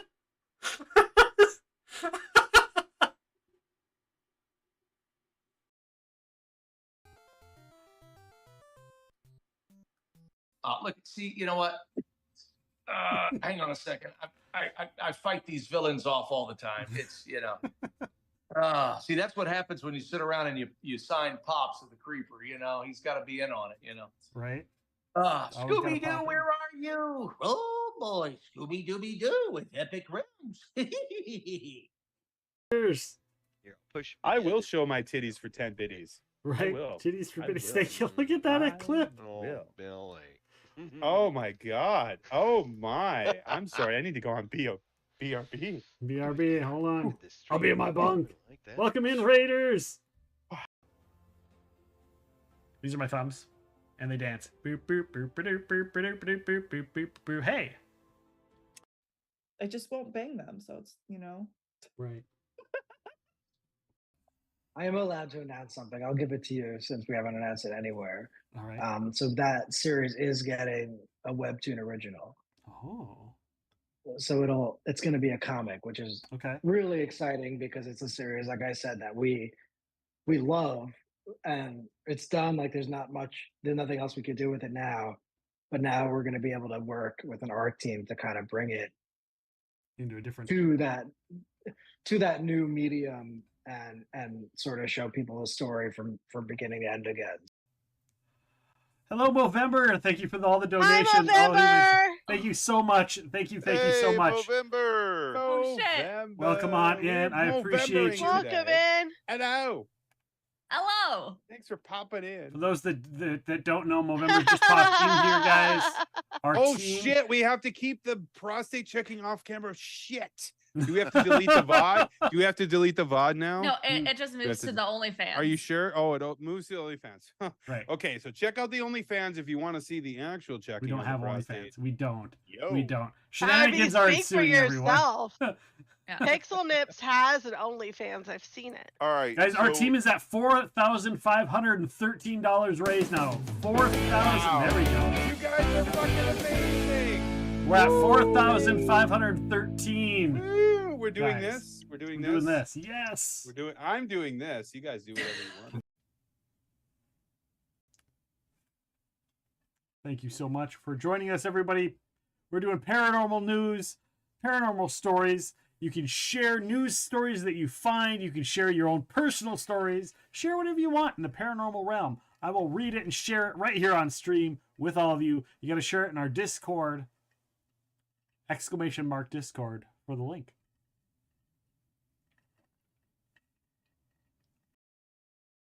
But I was also made like the host of all, like they had a bar crawl, so I was a host of that. They had a Which flip makes cup sense. game. That makes sense. Who else Yeah. would be? They had a flip cup game tournament, so I was a host of that. They had a beer pong tournament, I was a host of that. And so like Darkness Radio was doing a bar crawl of their own, but it was they'd tell spooky stories because we were in the Bermuda Triangle. And Tim goes, "Hey, why don't you come along?" And we got Santana and Ortiz, and why don't you three be like our guests and do the bar crawl with us, and then I'll put you on the podcast later. And I was like, yeah, sure. Like, and I used to listen to Darkness Radio Yeah. ever since I met Tim. So I was like, yeah, I'm pitching it to like Cheeseburger and Manny, the other people I knew that were on the cruise that loved paranormal. Yeah. So I ended up doing that. And we are back, everyone. Thank you for sticking it out through the break. Thank you for hanging out. Appreciate each and every one of you for being here, hanging out during that downtime. But we are now back. We will be continuing. Of course, if you just came in during the break, we started off talking about all things living gluten-free foods, when we were diagnosed, how long it took us to kind of get into the swing of things, what we like, what we don't like, all of that kind of stuff. You still think I need that interview catheter? Yes, I need the gaming interview catheter situated. That's for sure. But, everybody's got to take a break. It can't just be me, right? It can't just be me. We'd still need to take a break. You never know. Of course, after talking about gluten-free, we were talking about game mastering on the fly, role-playing, styles of role-playing, maps, all kinds of stuff. We go off topic sometimes. We go off topic just a little bit here and there. We did. We were talking about maps because maps and on the fly do not go together very well sometimes. At least, especially not on the interwebs. Especially not on the interwebs. No. They don't. They don't. Mm-mm. But of course, we move on after we talk about that. After we talked about those things, we move on because you do programming. You do I do computer stuff. You programming. do all kinds of things, and I need to first. What the hell is Java? What does that mean? I see it all the time. I've seen it for years. What is that? Does it mean something? Is that an acronym or is it like a type? That's a good question, right? So when you program a computer, you have what are called languages, right? So you have C, C++, COBOL, BASIC, Java. I know what C++ is. I mean, I know of it. I don't know what it. I don't Yeah. know it, but I know of it. Oh, of course, exactly. You've got C++, C, and then you've also got Java, JavaScript, and all those other types of languages, right? Wait, Java isn't just short for JavaScript? No, it is not. You know how many people think that Java is just short for JavaScript and make that error? Yeah, I don't. I mean, I know what HTML is because that's the extent of my knowledge is hand typing HTML in the 90s. Yeah. So yeah, a lot of people are like, "Oh yeah, I know Java. I know Java. I've made web pages before." I'm like, that's JavaScript. That is so different. It's an entirely different language and everything like Angel that. Fire for the win. Yeah, Angel Fire. So yeah, if you tell that to a Java programmer, they get very upset at you. They'll get up on their high horse and they'll be like, "Oh no, we won't let that stand. We gotta let you know the difference." So yeah. So when you're talking like video game programming, are most of the common games like what are they using? Are they all Java? What are they other No, systems? actually.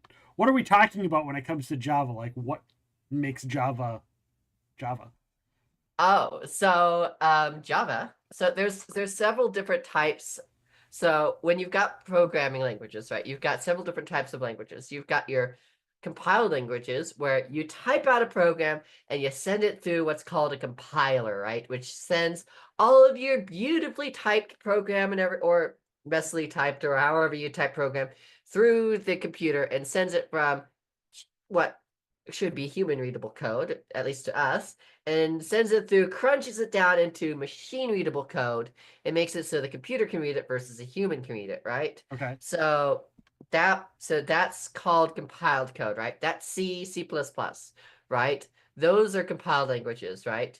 Then those run bare metal. They have to be compiled for certain machines, right? You have a computer that runs Windows, right? You have a computer that runs probably Intel or AMD, stuff like that. So it's compiled for that specific operating system with that specific thing in mind, right? You also have a car or a cell phone. Those have different architectures, different things. So it has to be compiled for that specific thing, right? Okay.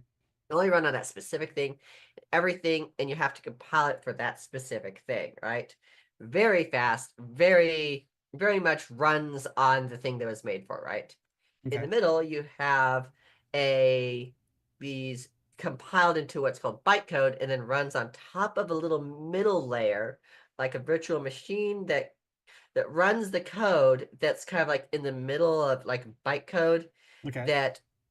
That runs kind of that's faster than just reading source code, but a little bit slower than actual running on bare metal, right? That's what we read the term when it's just running actual code, running on the machine, right? Yeah, where the machine's reading the stuff. Yes, that's where Java lies, is that middle layer right there.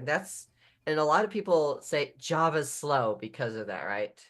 But that's also early days of Java. Nowadays, Java has what's called a just-in-time compiler, where it takes that middle layer, it takes down to the bottom layer. History of Java book I read, it was called Oak, but due to licensing issues, they changed it to Green, and then finally changed it to Java. Yeah. Nice. Yeah. It's definitely in the history books. Of course, it was. That was before I got to it, but yeah. You definitely read your history up on it. Octavius knows a little bit about everything. He's kind of the resident. Knows He's a the lot. resident knows facts about everything, but knows nothing. But may not knows. He knows just a little bit of everything. I'm sure if he wanted to, he could probably sit down and create a video game and not even have a problem Possibly. with it. Jack of all trades, master of absolutely nothing. Gotcha. So yeah, so that's where Java sits, right? Where it has that little bit right there. And then you've also got what's called your scripted languages, where it's just your script, right? So hi Gothic. Hello. So we've got your scripted languages like JavaScript, Python, and stuff like that. Those languages, you write the code and it just sits there and it gets interpreted. Those are called interpreted languages, where anyone can look at that source code and edit it and they can see it. It never actually technically gets compiled, it just gets interpreted. So that's what you see on websites and stuff like that. It can get compiled down to like bytecode or machine code if the browser stuff decides to, but that happens on that machine at that specific time and never beforehand. So yeah, but Java sits in that middle area where it does get boiled down, but not quite to the machine layer. And then eventually it does, but that's why it takes a little bit longer to come up. And now, of course, you have played this before, but you haven't played the Java edition. You've played the Bedrock edition, which isn't made in Java, but Minecraft. Right. The original version of Minecraft was made in Java. That's the biggest game that was made in Java. Okay. So I was just going to ask you that. I'm like, what's kind of a well-known Java game that everybody's played? Well, there you go. You read my mind. Yeah. Minecraft. Minecraft is that big game that everyone's played that was made in Java that everyone knows. And yes, Minecraft would probably run better if it was made in C, which you could definitely see in Bedrock, but also at the same time, it doesn't look too much better, So you can definitely see it also makes it a lot easier for mods and stuff in Java and everything. Everything's made for the Java version. So yeah. Okay. It is definitely one of those things where Java is definitely better for the modding environment for that. What makes it more of a, like, because you see a lot of mods, like you said, for Minecraft, but like then you get into some of the other stuff. Mods are a little bit rarer in some of the other kinds of games. You don't necessarily see, like, don't get me wrong. There's Cyberpunk has mods, and all of those other games have mods, but it just seems way quicker, way easier, way more people can do stuff for Java games than some of those other games. Yes.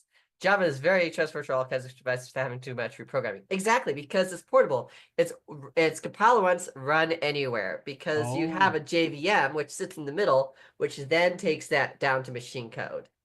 So yes, which really makes it really easy, which is the reason why I like Java so much. I can write my program on my Linux box, and then I can take it and run it on your Windows computer, and it runs fine. Or I could take it and run on my Mac sitting over here, and it runs just fine. Well, theoretically.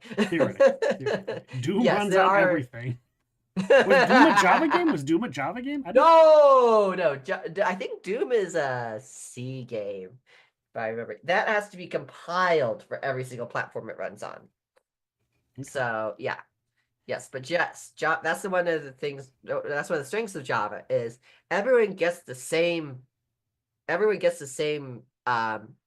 What's called a jar file, right?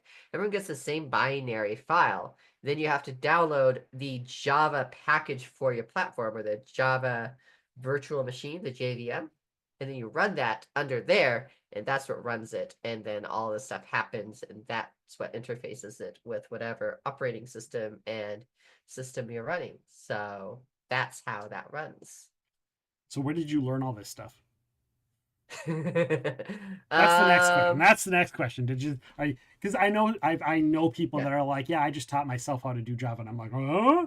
But I also know, because I'm like, I don't know anything about that. Like I said, I used to hand type HTML back in the 90s. That's the extent of my experience.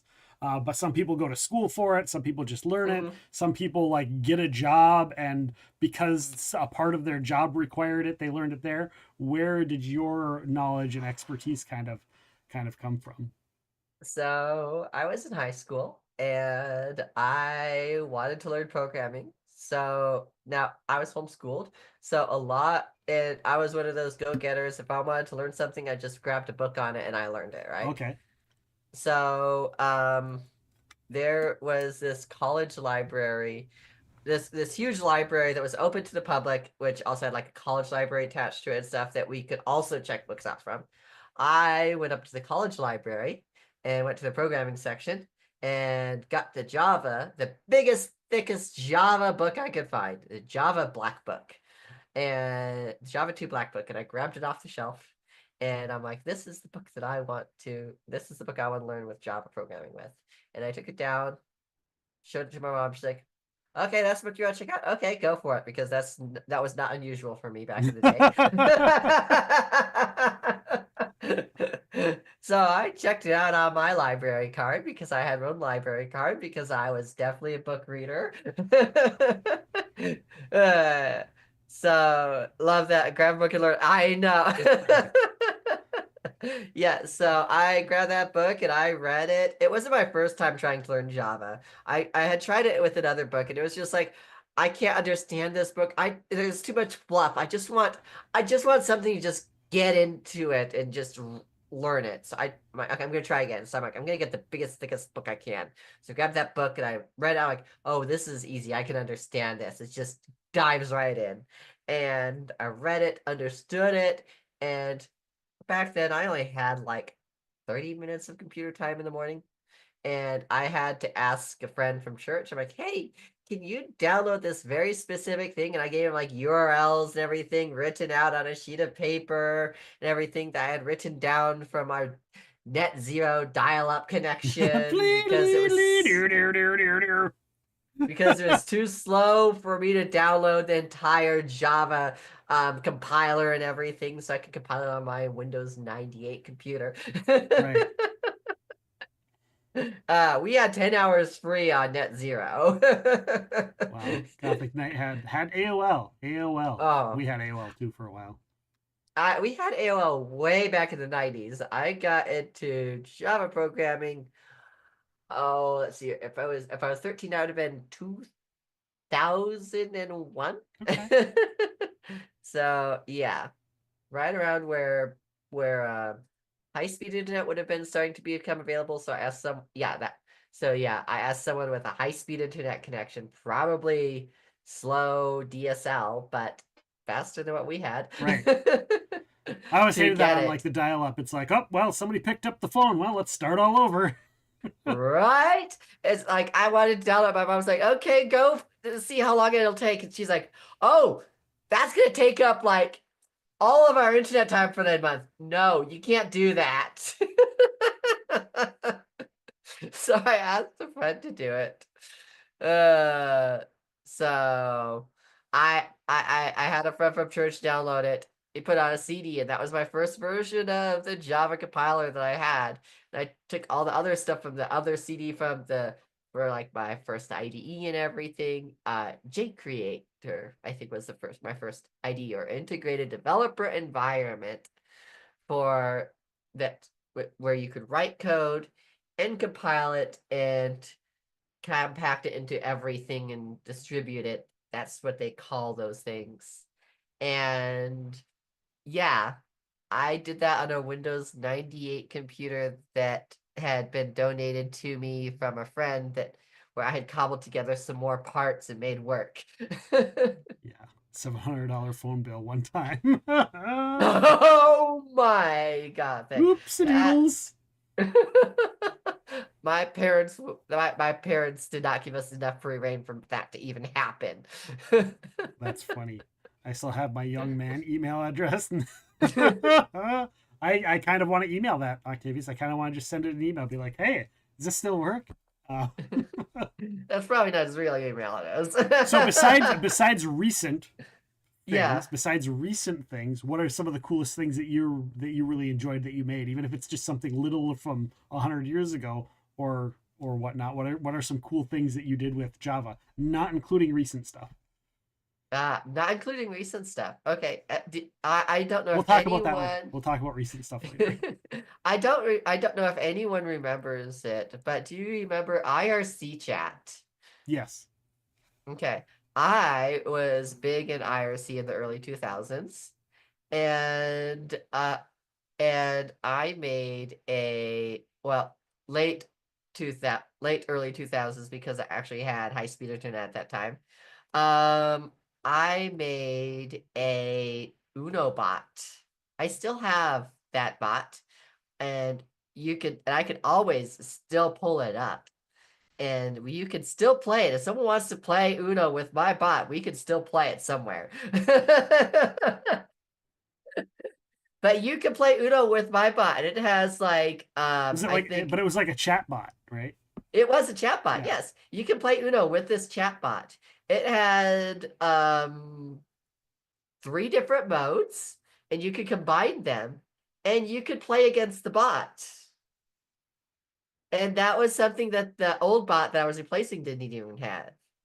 IRC, that was where I met Monkey Swag. Oh man, I've met some of my longtime friends on IRC. We went to Disneyland. Wow. Once everyone was of age. I don't think I ever used it. I knew of IRC, but I don't think I ever used it.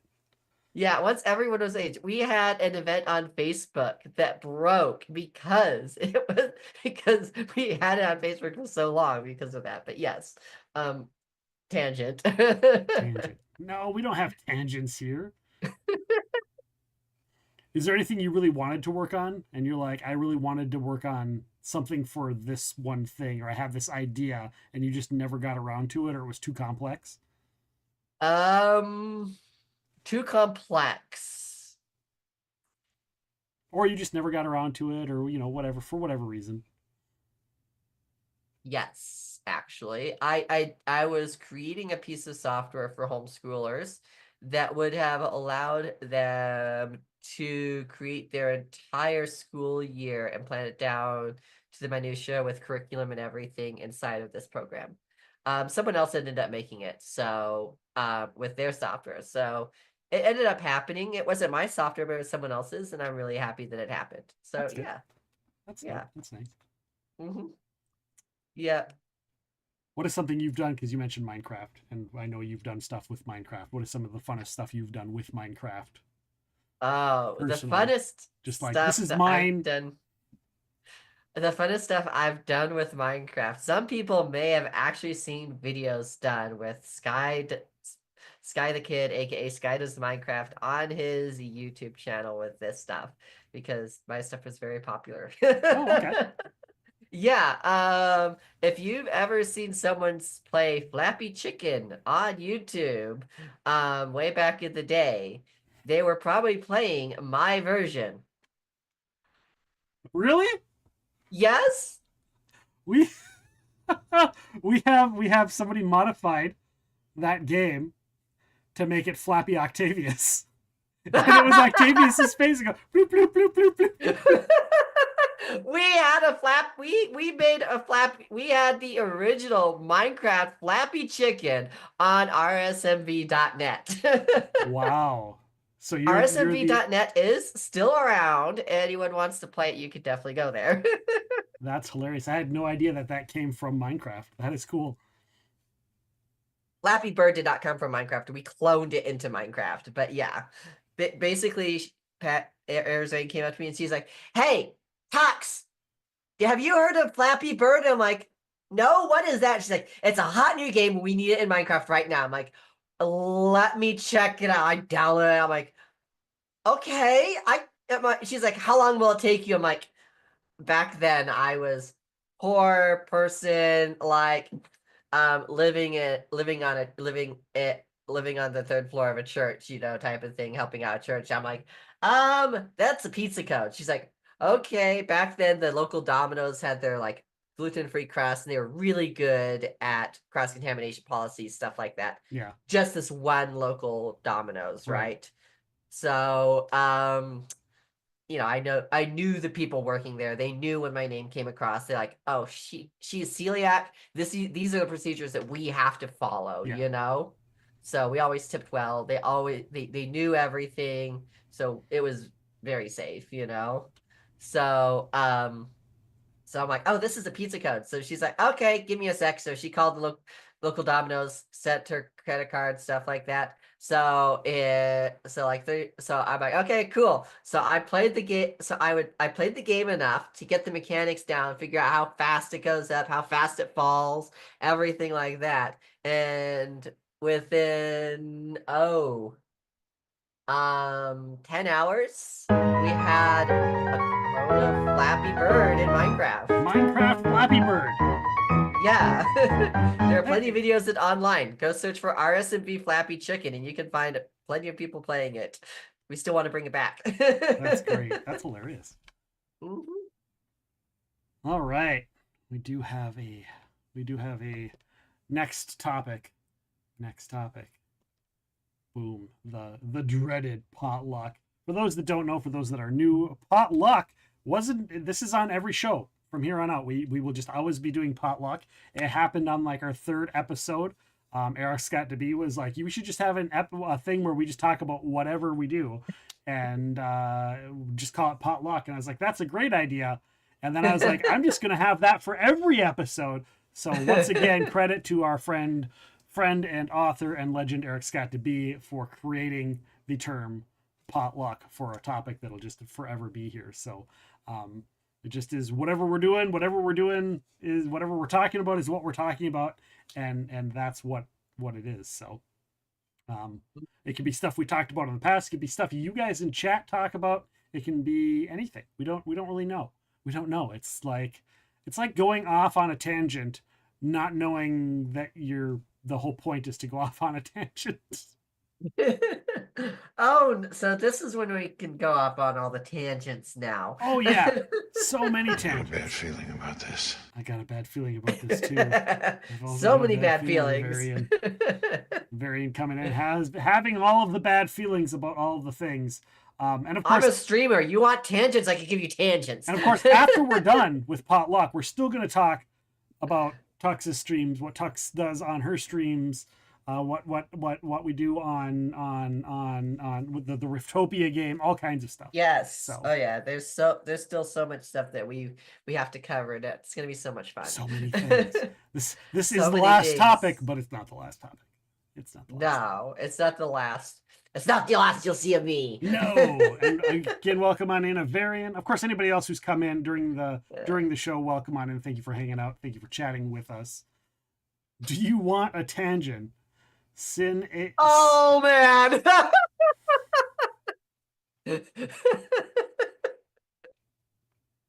I'm a villain in someone's story. Yeah. So there's that. As the GM, you kind of have to be the villain sometimes, right? Exactly. That's I'm always the villain. But the villain almost always has to fall, right? /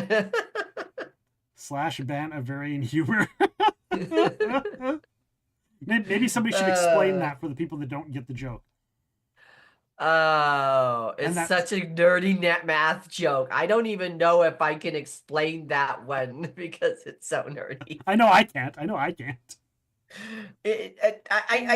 The math works. It's not the but cosine, I it's can't. the yeah, never mind. Yeah, like I know the math and stuff, but I can't explain it at the moment because, yeah. The villain in everyone's story, they just don't know it yet. They just don't. Honestly, if we're going off on a tangent, yes, programming has a whole bunch of math to it. So, are you a math geek? Total math geek. I am the opposite of a math geek. Inside thing. We'll be gaming right at the table, and I will roll the dice. I will tell them. I will tell the GM what I rolled and what my bonus is. And then my goal is to see if I figure it out before someone at the table just tells me what it is. That's how bad I am at math. I am so bad at math. Always. I am the one where it became kind of like a game with my with my friends, right? We Right. would go to the store, right? And we just load up the cart, and I kind of look at the prices, but I would like, and I keep kind of running tally in my head, but not too much. I just kind of look at the prices, right? But when we get to checkout, I'd be like, I kind of look at the cart, kind of total things in my head, not too much. I'm like, okay, that's gonna be about $85. You're like, nah, no. We get there, total's like, okay, your total's gonna be $87.53. They're like, give me like, how Wow. did you? My wife has coined the term Nick math, and Uh-huh. that's because I will round off, and it will be nowhere near what the like. What is it? Well, it'll be like 50. It'll be like 53 and a half. I'll be like, yeah, it's about 65. I round it up. It's about 65, and my wife's like, "That's Nick math. It's nowhere near that. It's more like 55." I'm like, "Yeah, but I round it up." She's like, "Yeah, you rounded up plus 10." You can usually get to within $5 the cart. Yeah, same year. Sometimes I'm off $10 to $15, but most of the time, yeah, I can usually get around to $5 of the cart. So what you're saying is we need to get you on The Price is Right. No. Da-da-da-da. Come on down. No, because most of the time it's just me looking at the prices and stuff as well while we're shopping too. So Well, what you I do is kind you of just, have those kind of prices search going Amazon around. ahead of time. You'll be like, okay, here are all the, the possible things. What's a can of beans cost? Well, it's probably about this. Exactly, Lyric. Exactly. If you got any high cost items, you kind of think about that, how much, average stuff costs and everything like that. You just kind of add that together and then you got your prices. So yeah, and of course, one of the things that always throws me off is going to the discount grocery store over here because I can never calculate that cart. Everything's way too cheap, and I always load my cart up way too high. I just Yeah. know that cart total's always going to be about $150 to $200. You know what the bright side to Nick math is?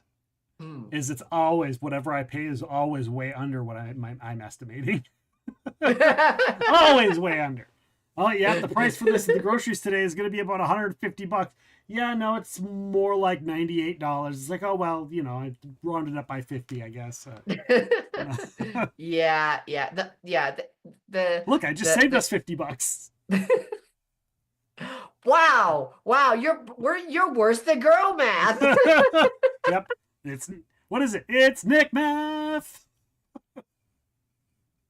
Now an online course you can take at the Epic University. Yep. A course in Nick math. Oh man. Yeah.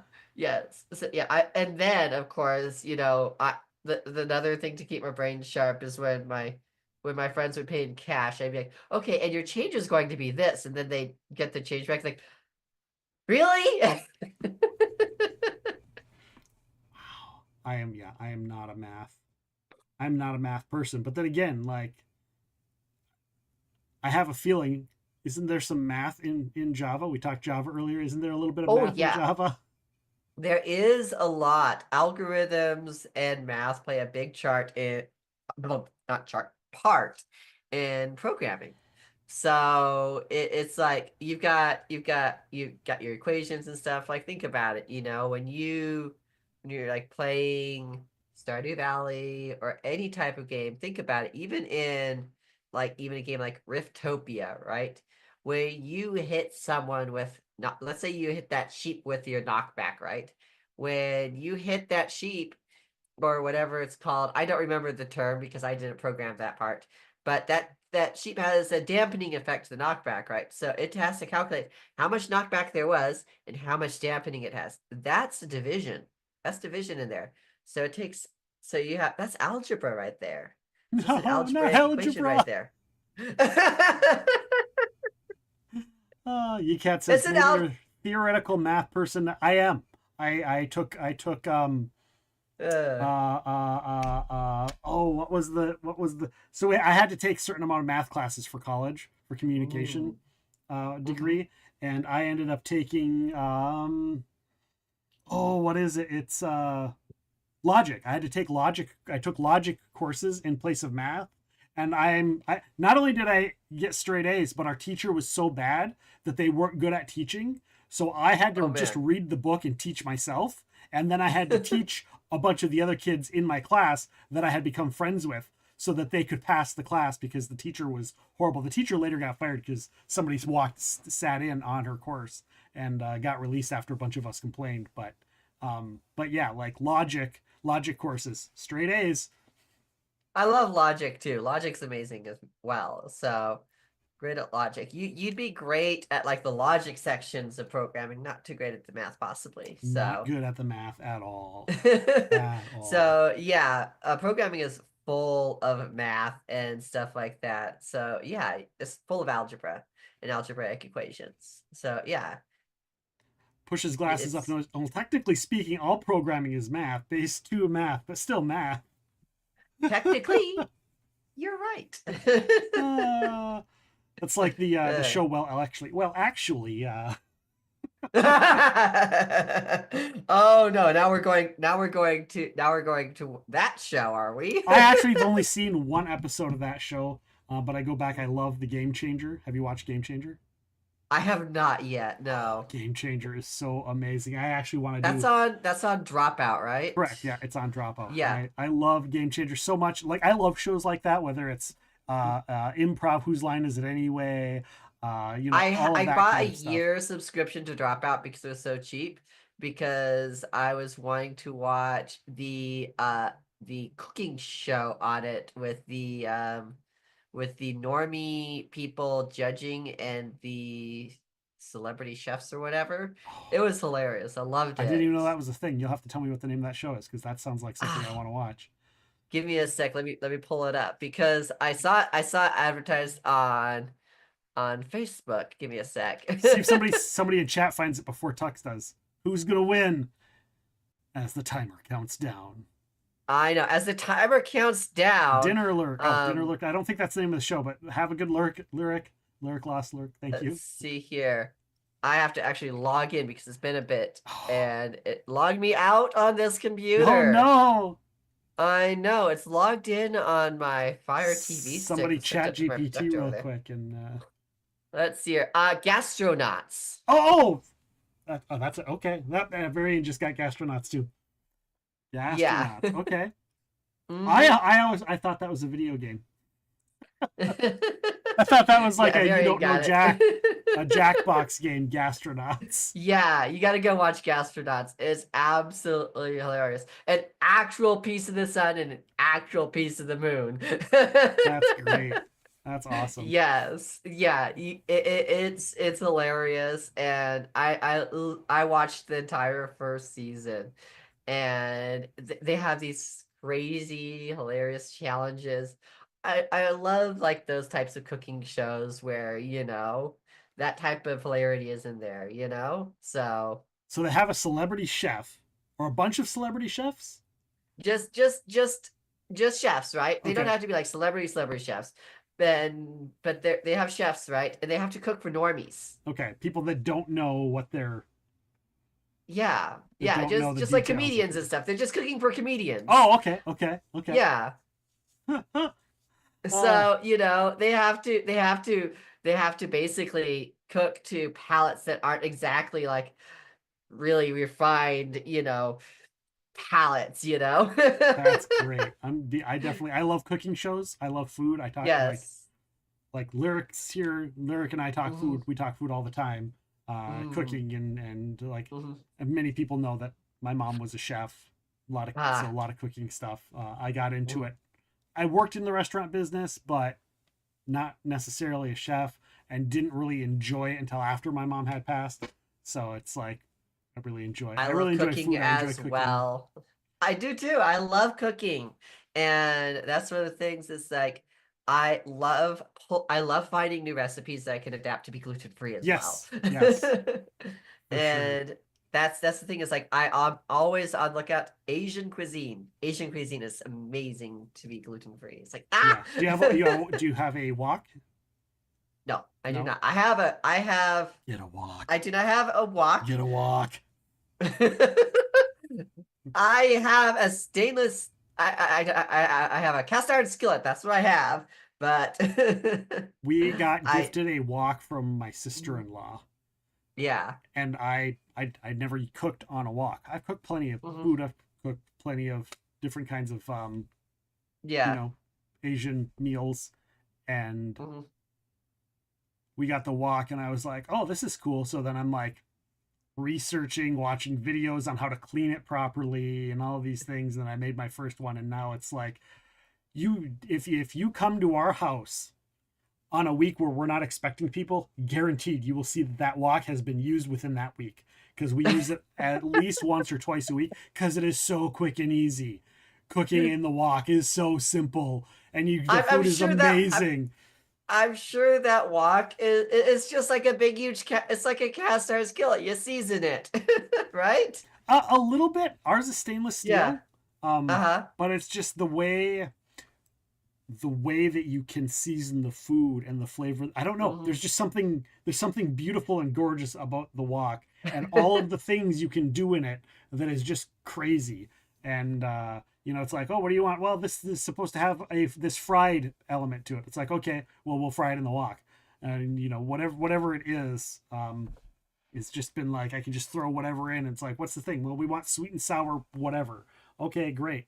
Buy bibimbap, great. I'll do it in the wok. So it's Gotcha. It is Well, so I guess I'll easy. have to get a wok then. Next time I'm at the Asian store, I'll go get a wok. Get a wok and check Just it out, and Yeah. so great and easy to clean too. Yeah. Next time I walk into the Asian store, I'll get a wok. Next time you walk in, walk like an Egyptian. I saw that in chat here a second ago. I think it was Octavia. I saw that too. Yes. Egyptian. I only like watching people I had to struggle. throw in my own pun there too, Octavius. We got it. Is it cake? Yeah, is it cake? I've seen that. I watched shorts on Is It Cake. I only like watching people struggle and fail, so I like Nailed It on Netflix. Nailed it! All the crooked faces and stuff. Nailed it next. Hey, you know what? I love puns. Okay, so I have some friends who also love puns, so we kind of have pun battles back and forth. So there's that too. You talked about improv earlier. What? Tell me Yeah. a little bit, because you mentioned puns, and I'm just like, it just popped in my brain just now that you had mentioned improv earlier. Did you actually do improv shows, or did you just work with people that did improv, or? No, you do a lot of improv when working with kids. Okay. I was a Sunday school teacher, as well as did a lot of vacation Bible schools, stuff like that.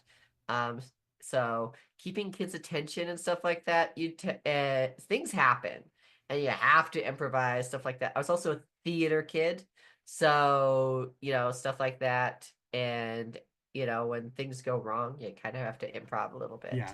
So When you said theater and then you followed it up earlier with theater and then improv, I was like, oh, did she do on stage improv type stuff? Wasn't sure. Not it was mostly scripted, but something like that.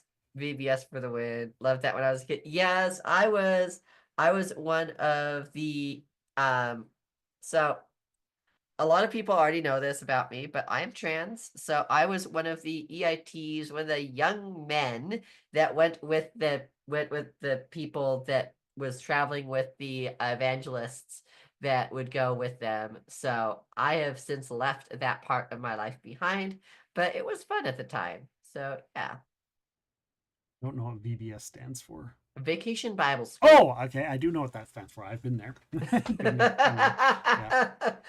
Yeah. I was one of those people that went around and did that worked with a lot of kids, everything like that. You never know what kids are going to do or come up with, and so you've always got to be ready for that.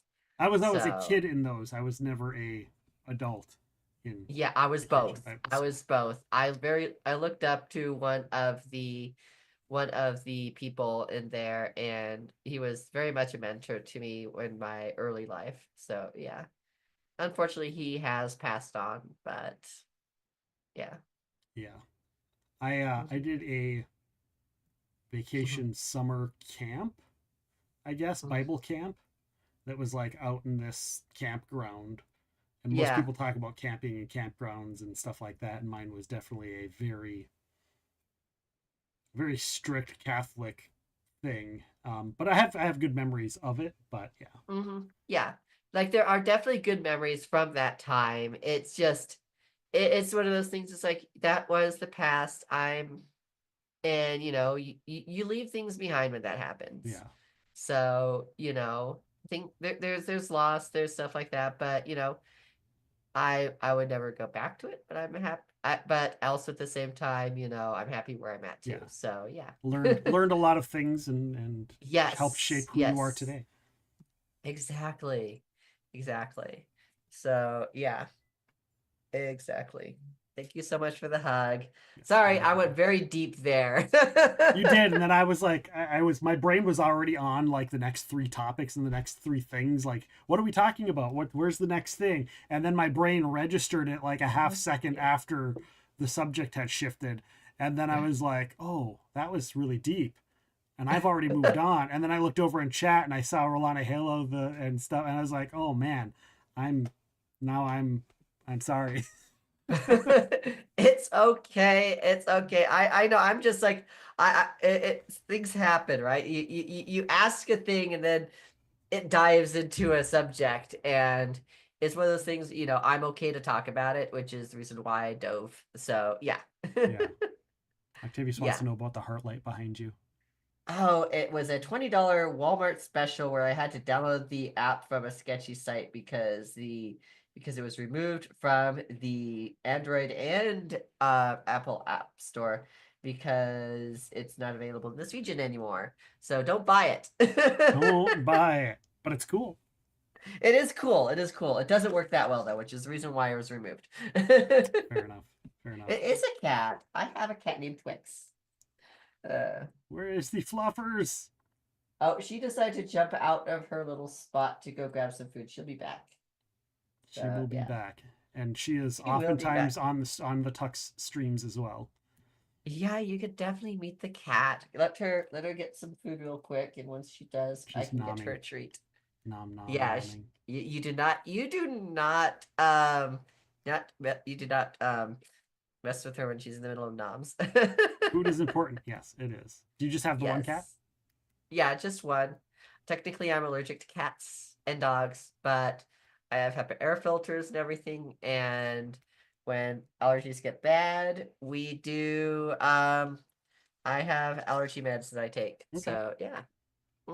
Rolana also Yep. has them. Xena and Trouble cats. I know a lot of Aw. people. A lot of people I know have cats and dogs. Like we have a Yeah. dog. I'm a cat. I love animals. I love all animals. I love dogs. I love our dogs. I'm definitely. I grew up with cats, so cats are a big Yeah. thing, and my wife is really allergic to them. I'm a little allergic. I'm not allergic enough to say no to cats, but I wish I had cats. Yeah. Here's the kitty. Look, get the kitty treats. Hashtag redeem kitty treats. Do Do you have redeems for people to redeem giving cats I a treat? do. I do have a redeem for redeeming kitty treats on my stream. She technically isn't a Maine Coon. She is a domestic long hair, according to the shelter. That makes sense. We actually. She seems a little small to be a Maine Coon. Same coloring though. Yes. As a Maine Coon. I know, right? Definitely the same coloring as a Maine Coon. Everyone always asks if she's a Maine Coon. I'm like, the shelter said she is a domestic long hair, so that's what we go with. That makes We sense. actually just wrapped up a fundraiser on my channel for the shelter I got her from. So yeah, we raised $100. Nice. I know. I'm looking forward to all of the Be Kinder fundraisers. Yes.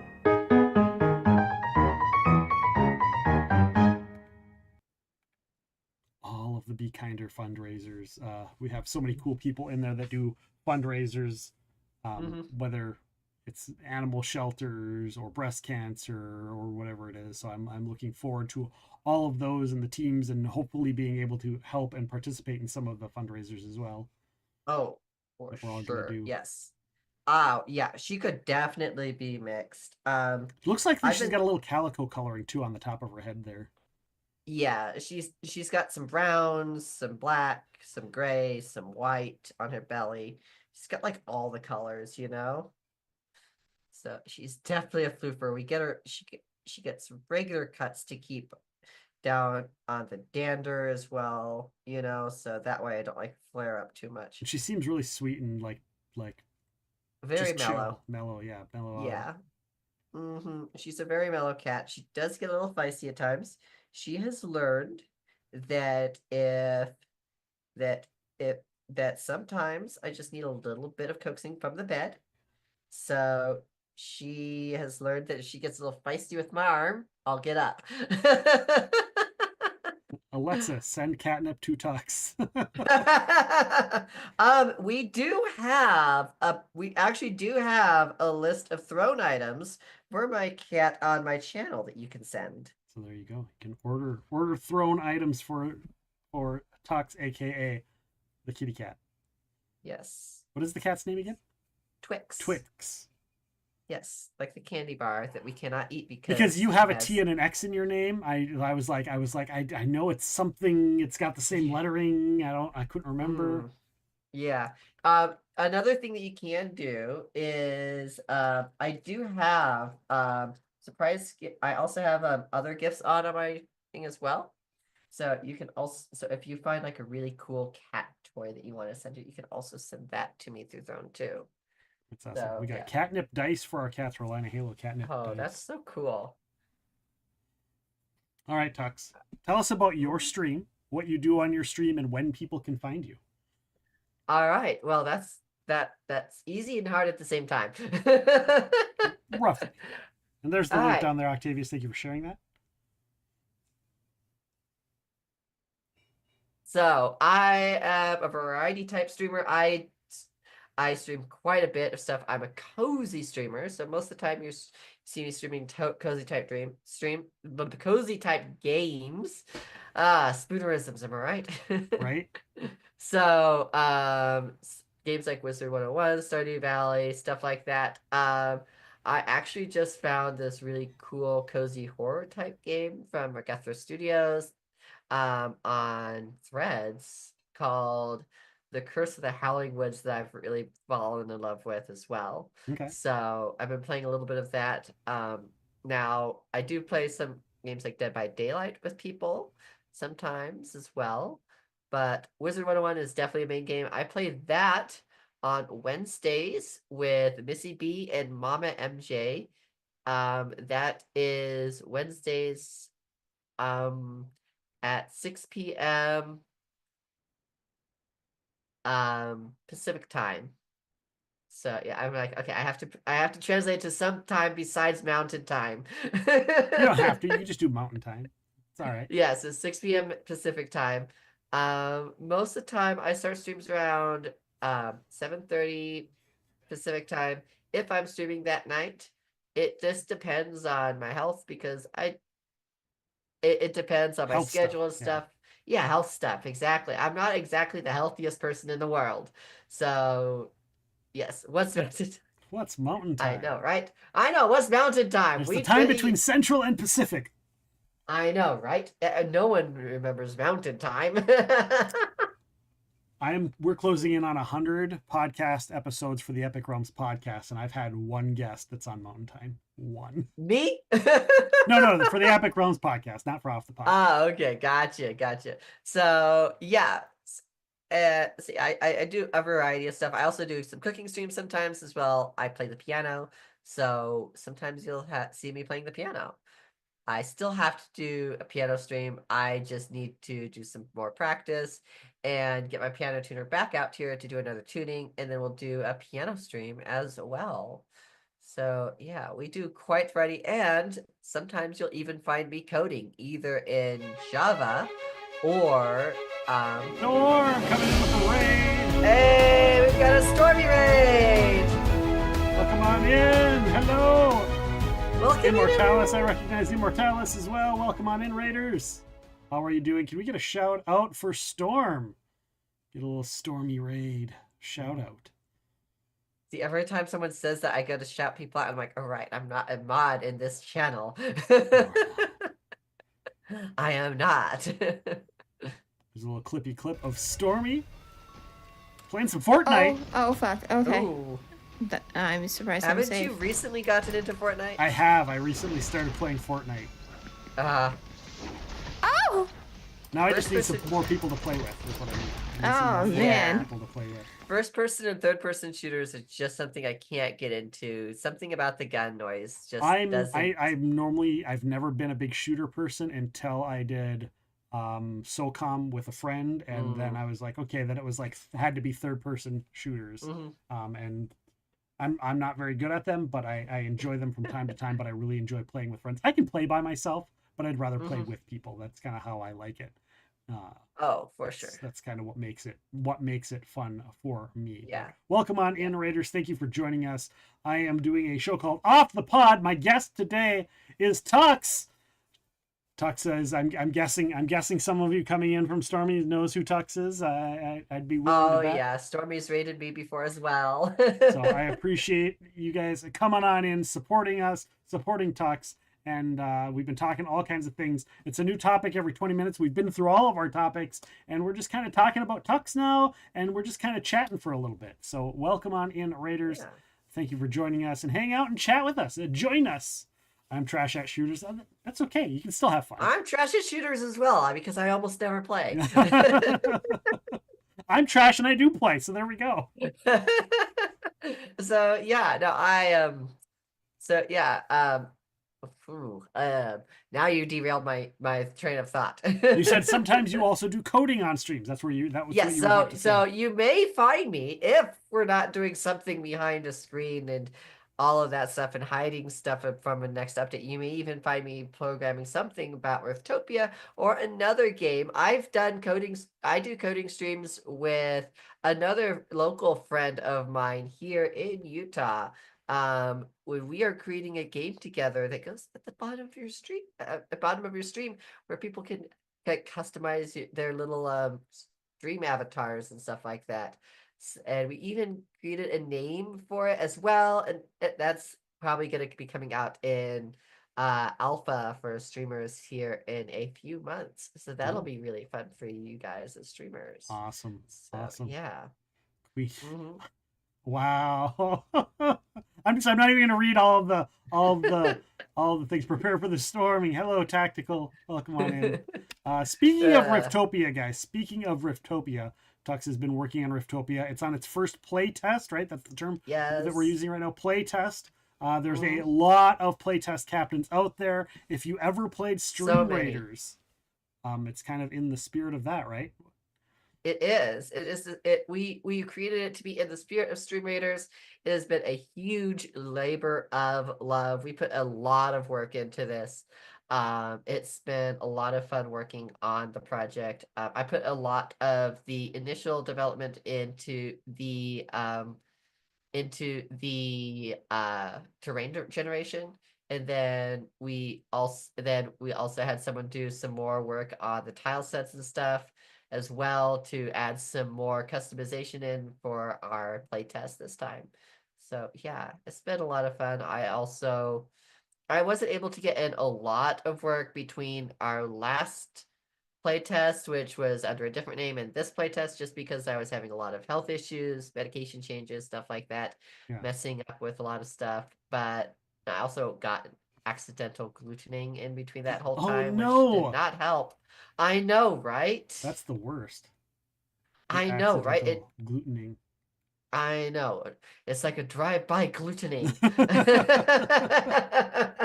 Stormy says, I set on stream in other channels, but the fact that it's been so little time, I'm incredibly impressed and I love the game. I agree. Thank you. I know we all put a lot of time into it. I wasn't able to put a lot of time into it this last coding session between the last playtest and this time, but I know everyone has been working furiously on it, as much time as all of us have been able to put into it. And yeah, it's been a lot. We've all put in a lot of work. So yeah. I like that it has a theme, but the theme is created so it can be open to do whatever with it. Exactly. And then it's whimsical and it doesn't take itself too seriously, but it's also like, here's also this thing. And of course, you know, the kind of the Stream Raiders like chat interactive, but not like you don't have to focus your entire stream on that. Yeah. But you can.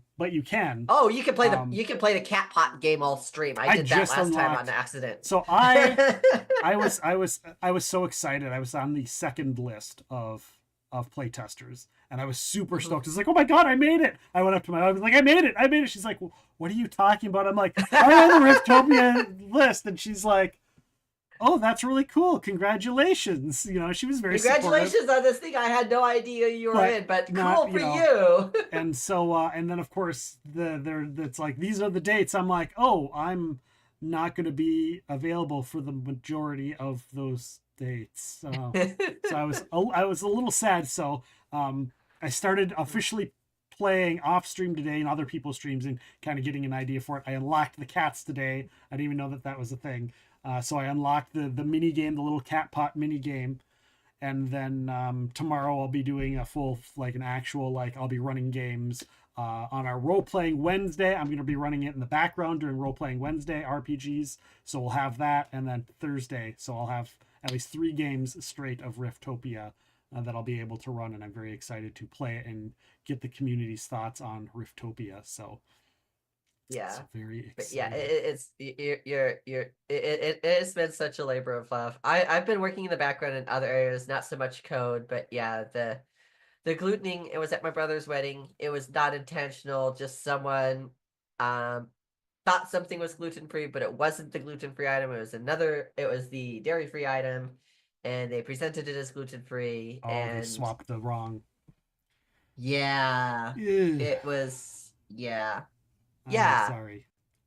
Yeah, What is your worst? What kind of reaction? Because every celiac, their reactions are a little bit different depending on who they are. Like mine, I get the giant bloated, swollen stomach that makes me feel like somebody's trying to stab me from the inside out. That's my reaction. That's what's really bad for me. And I'll be curled up in a ball. I'll be curled up in a ball for forever, and I'll be like, oh my god, I'm just curled up in a ball crying because of the pain. Migraine for a week. Oh. Yeah, thankfully, a medication that I went on that knocked me out of commission for coding for Riftopia for 2 weeks actually helped keep it to a dull war so I could do my job. But afterwards, I was dead for doing any other coding. So, yeah, I was streaming, but I wasn't able to do any more coding because it would just roar. Yeah. The migraine would just roar up. I also had some intestinal bleeding during that as well, so that was fun. So yeah, not fun. So I there you know. go. People that want to know, what do people get? Everybody's different. Everybody is different. Everyone's You've different. got 2 Everyone's celiacs different. right here, and we get completely different responses. Yeah, because because it's like it was a whole cupcake. It wasn't just a tiny bit; it was a huge cupcake. So I was. Was it at least delicious?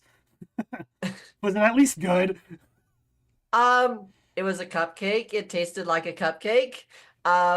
It wasn't the most amazing cupcake I've ever had. I've had better gluten-free cupcakes.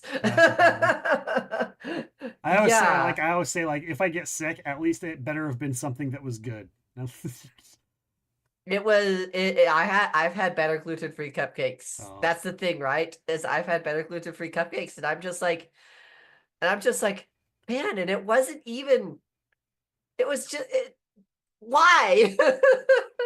Yeah, cake and cupcakes is pretty good to get. You can get pretty good of that in the gluten. You could get really good cupcakes, yeah, gluten-free. Sure. Yeah, and usually I'm really good. It was just I wasn't being as careful as I usually am because it was my brother's wedding. He knows those precautions and stuff, you know? Right. So, yeah. And yeah. And you know, I thought I was being careful, but evidently I wasn't as careful as I thought I was. So, yeah. Yeah. After that, I went straight to the hotel room because I'm like, I'm gonna have a migraine. I'm not going to have I have to drive. So you found out like fairly recent. You didn't find out because you got sick. Afterwards, they're like, we made a mistake and you ate the wrong one. And oh shoot, I'm going back to the hotel room now so I can sleep, so I can hopefully drink water. So I stopped eating any food after that. So yeah. Bavarian bacon cupcakes, candied bacon cupcakes, maple candied bacon cupcakes. Sounds like a good time to me. Right? Yeah. Yeah, it was a bad cupcake, but hey, it happened. I did not blame my brother. He was busy with other stuff. Things happen, but yeah. It wasn't it was a cupcake, but it wasn't the best cupcake I've ever had. No. Unfortunately. I know. Are cupcakes cake? Yes, they're just little mini cakes. In They a cup. are. They're little They mini are, cakes yeah. in a cup. You literally whip up the same batter for cupcakes that you would for a regular cake. So yeah. There's a friend of ours that does, like, I think it's called a soup cake, like a tomato soup cake, and I'm like, what? Whoa. Yeah, I'm still feeling effects from that cupcake. So Well, it takes like a yeah. month to get out of the system. If I Yeah. recall the last research, they say sometimes it can take like a whole month before your body gets Up to 6 months before it heals completely. Yeah, and And then my the body healing. takes it really hard. Ugh. So yeah. Yeah, not Yep. good. And since I had to work through it, everything, my body's still like trying to recoup from everything, and I get migraines anyways. So yeah, it's terrible. Cupcakes are also known as fairy cakes. Baby cakes. Can I be your baby cakes? Wow. But yeah, that stuff happened. But yeah, we're not talking. We're that was a bad tangent. That was a bad tangent. And we're not even on a topic, so it's not like we had to worry about a timer or anything. I know, right? we were talking about Riftopia, and all of a sudden Talking about the cakes. Riftopia. Yes, you're talking about Riftopia. Did you get to watch the dev stream for Riftopia? I was unavailable for the dev stream of Riftopia because I was doing D&D one time. Let's see here. Dev stream was no, I was actually out with a friend that time. Okay. So yeah. Yep. So it's like every time a dev stream happens, I'm doing something else. Something else, right?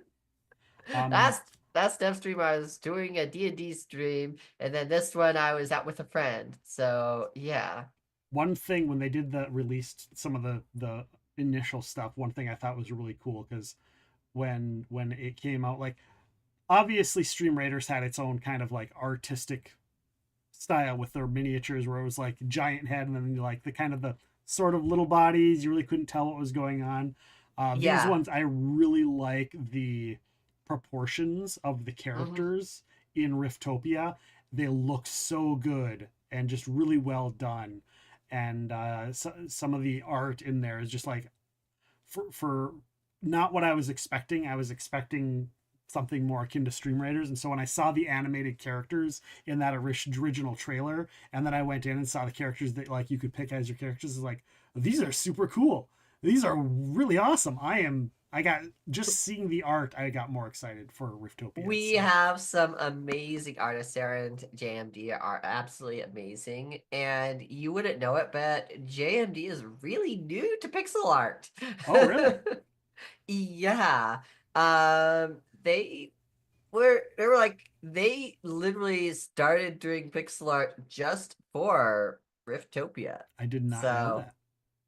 Yeah. So you're seeing some of their brand new pixel art, like the Cat Rogue is JMD's. Okay. So yeah. The Cat Rogue is really cool, by the way. Yes, it is. They're all really cool. They're all really cool. Yeah, the Cat Rogue is the one I have within my little homestead. So Nice. Yeah.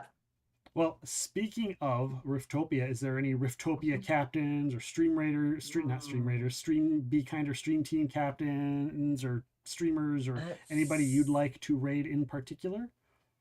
Let's see here. Let's see if there's any Riftopians available. I know. I see. My Star's been on them for a while. I know. I see Missy B just started like 20 minutes ago. She's doing Riftopia and something else. She's in the Riftopia category. I see Bruce for 20. Yep, I Bruce is do, on. as well as Missy B. Yeah, that are in Riftopia. Let me see. See, I do stream with Missy B on Wednesdays. Here. I had a feeling that's who you were thinking, but I wasn't quite sure. Yeah, My Star has raids off because she's going to be done here pretty quick. Yeah, probably, yeah. I'm just looking to see how long both of them have been streaming for.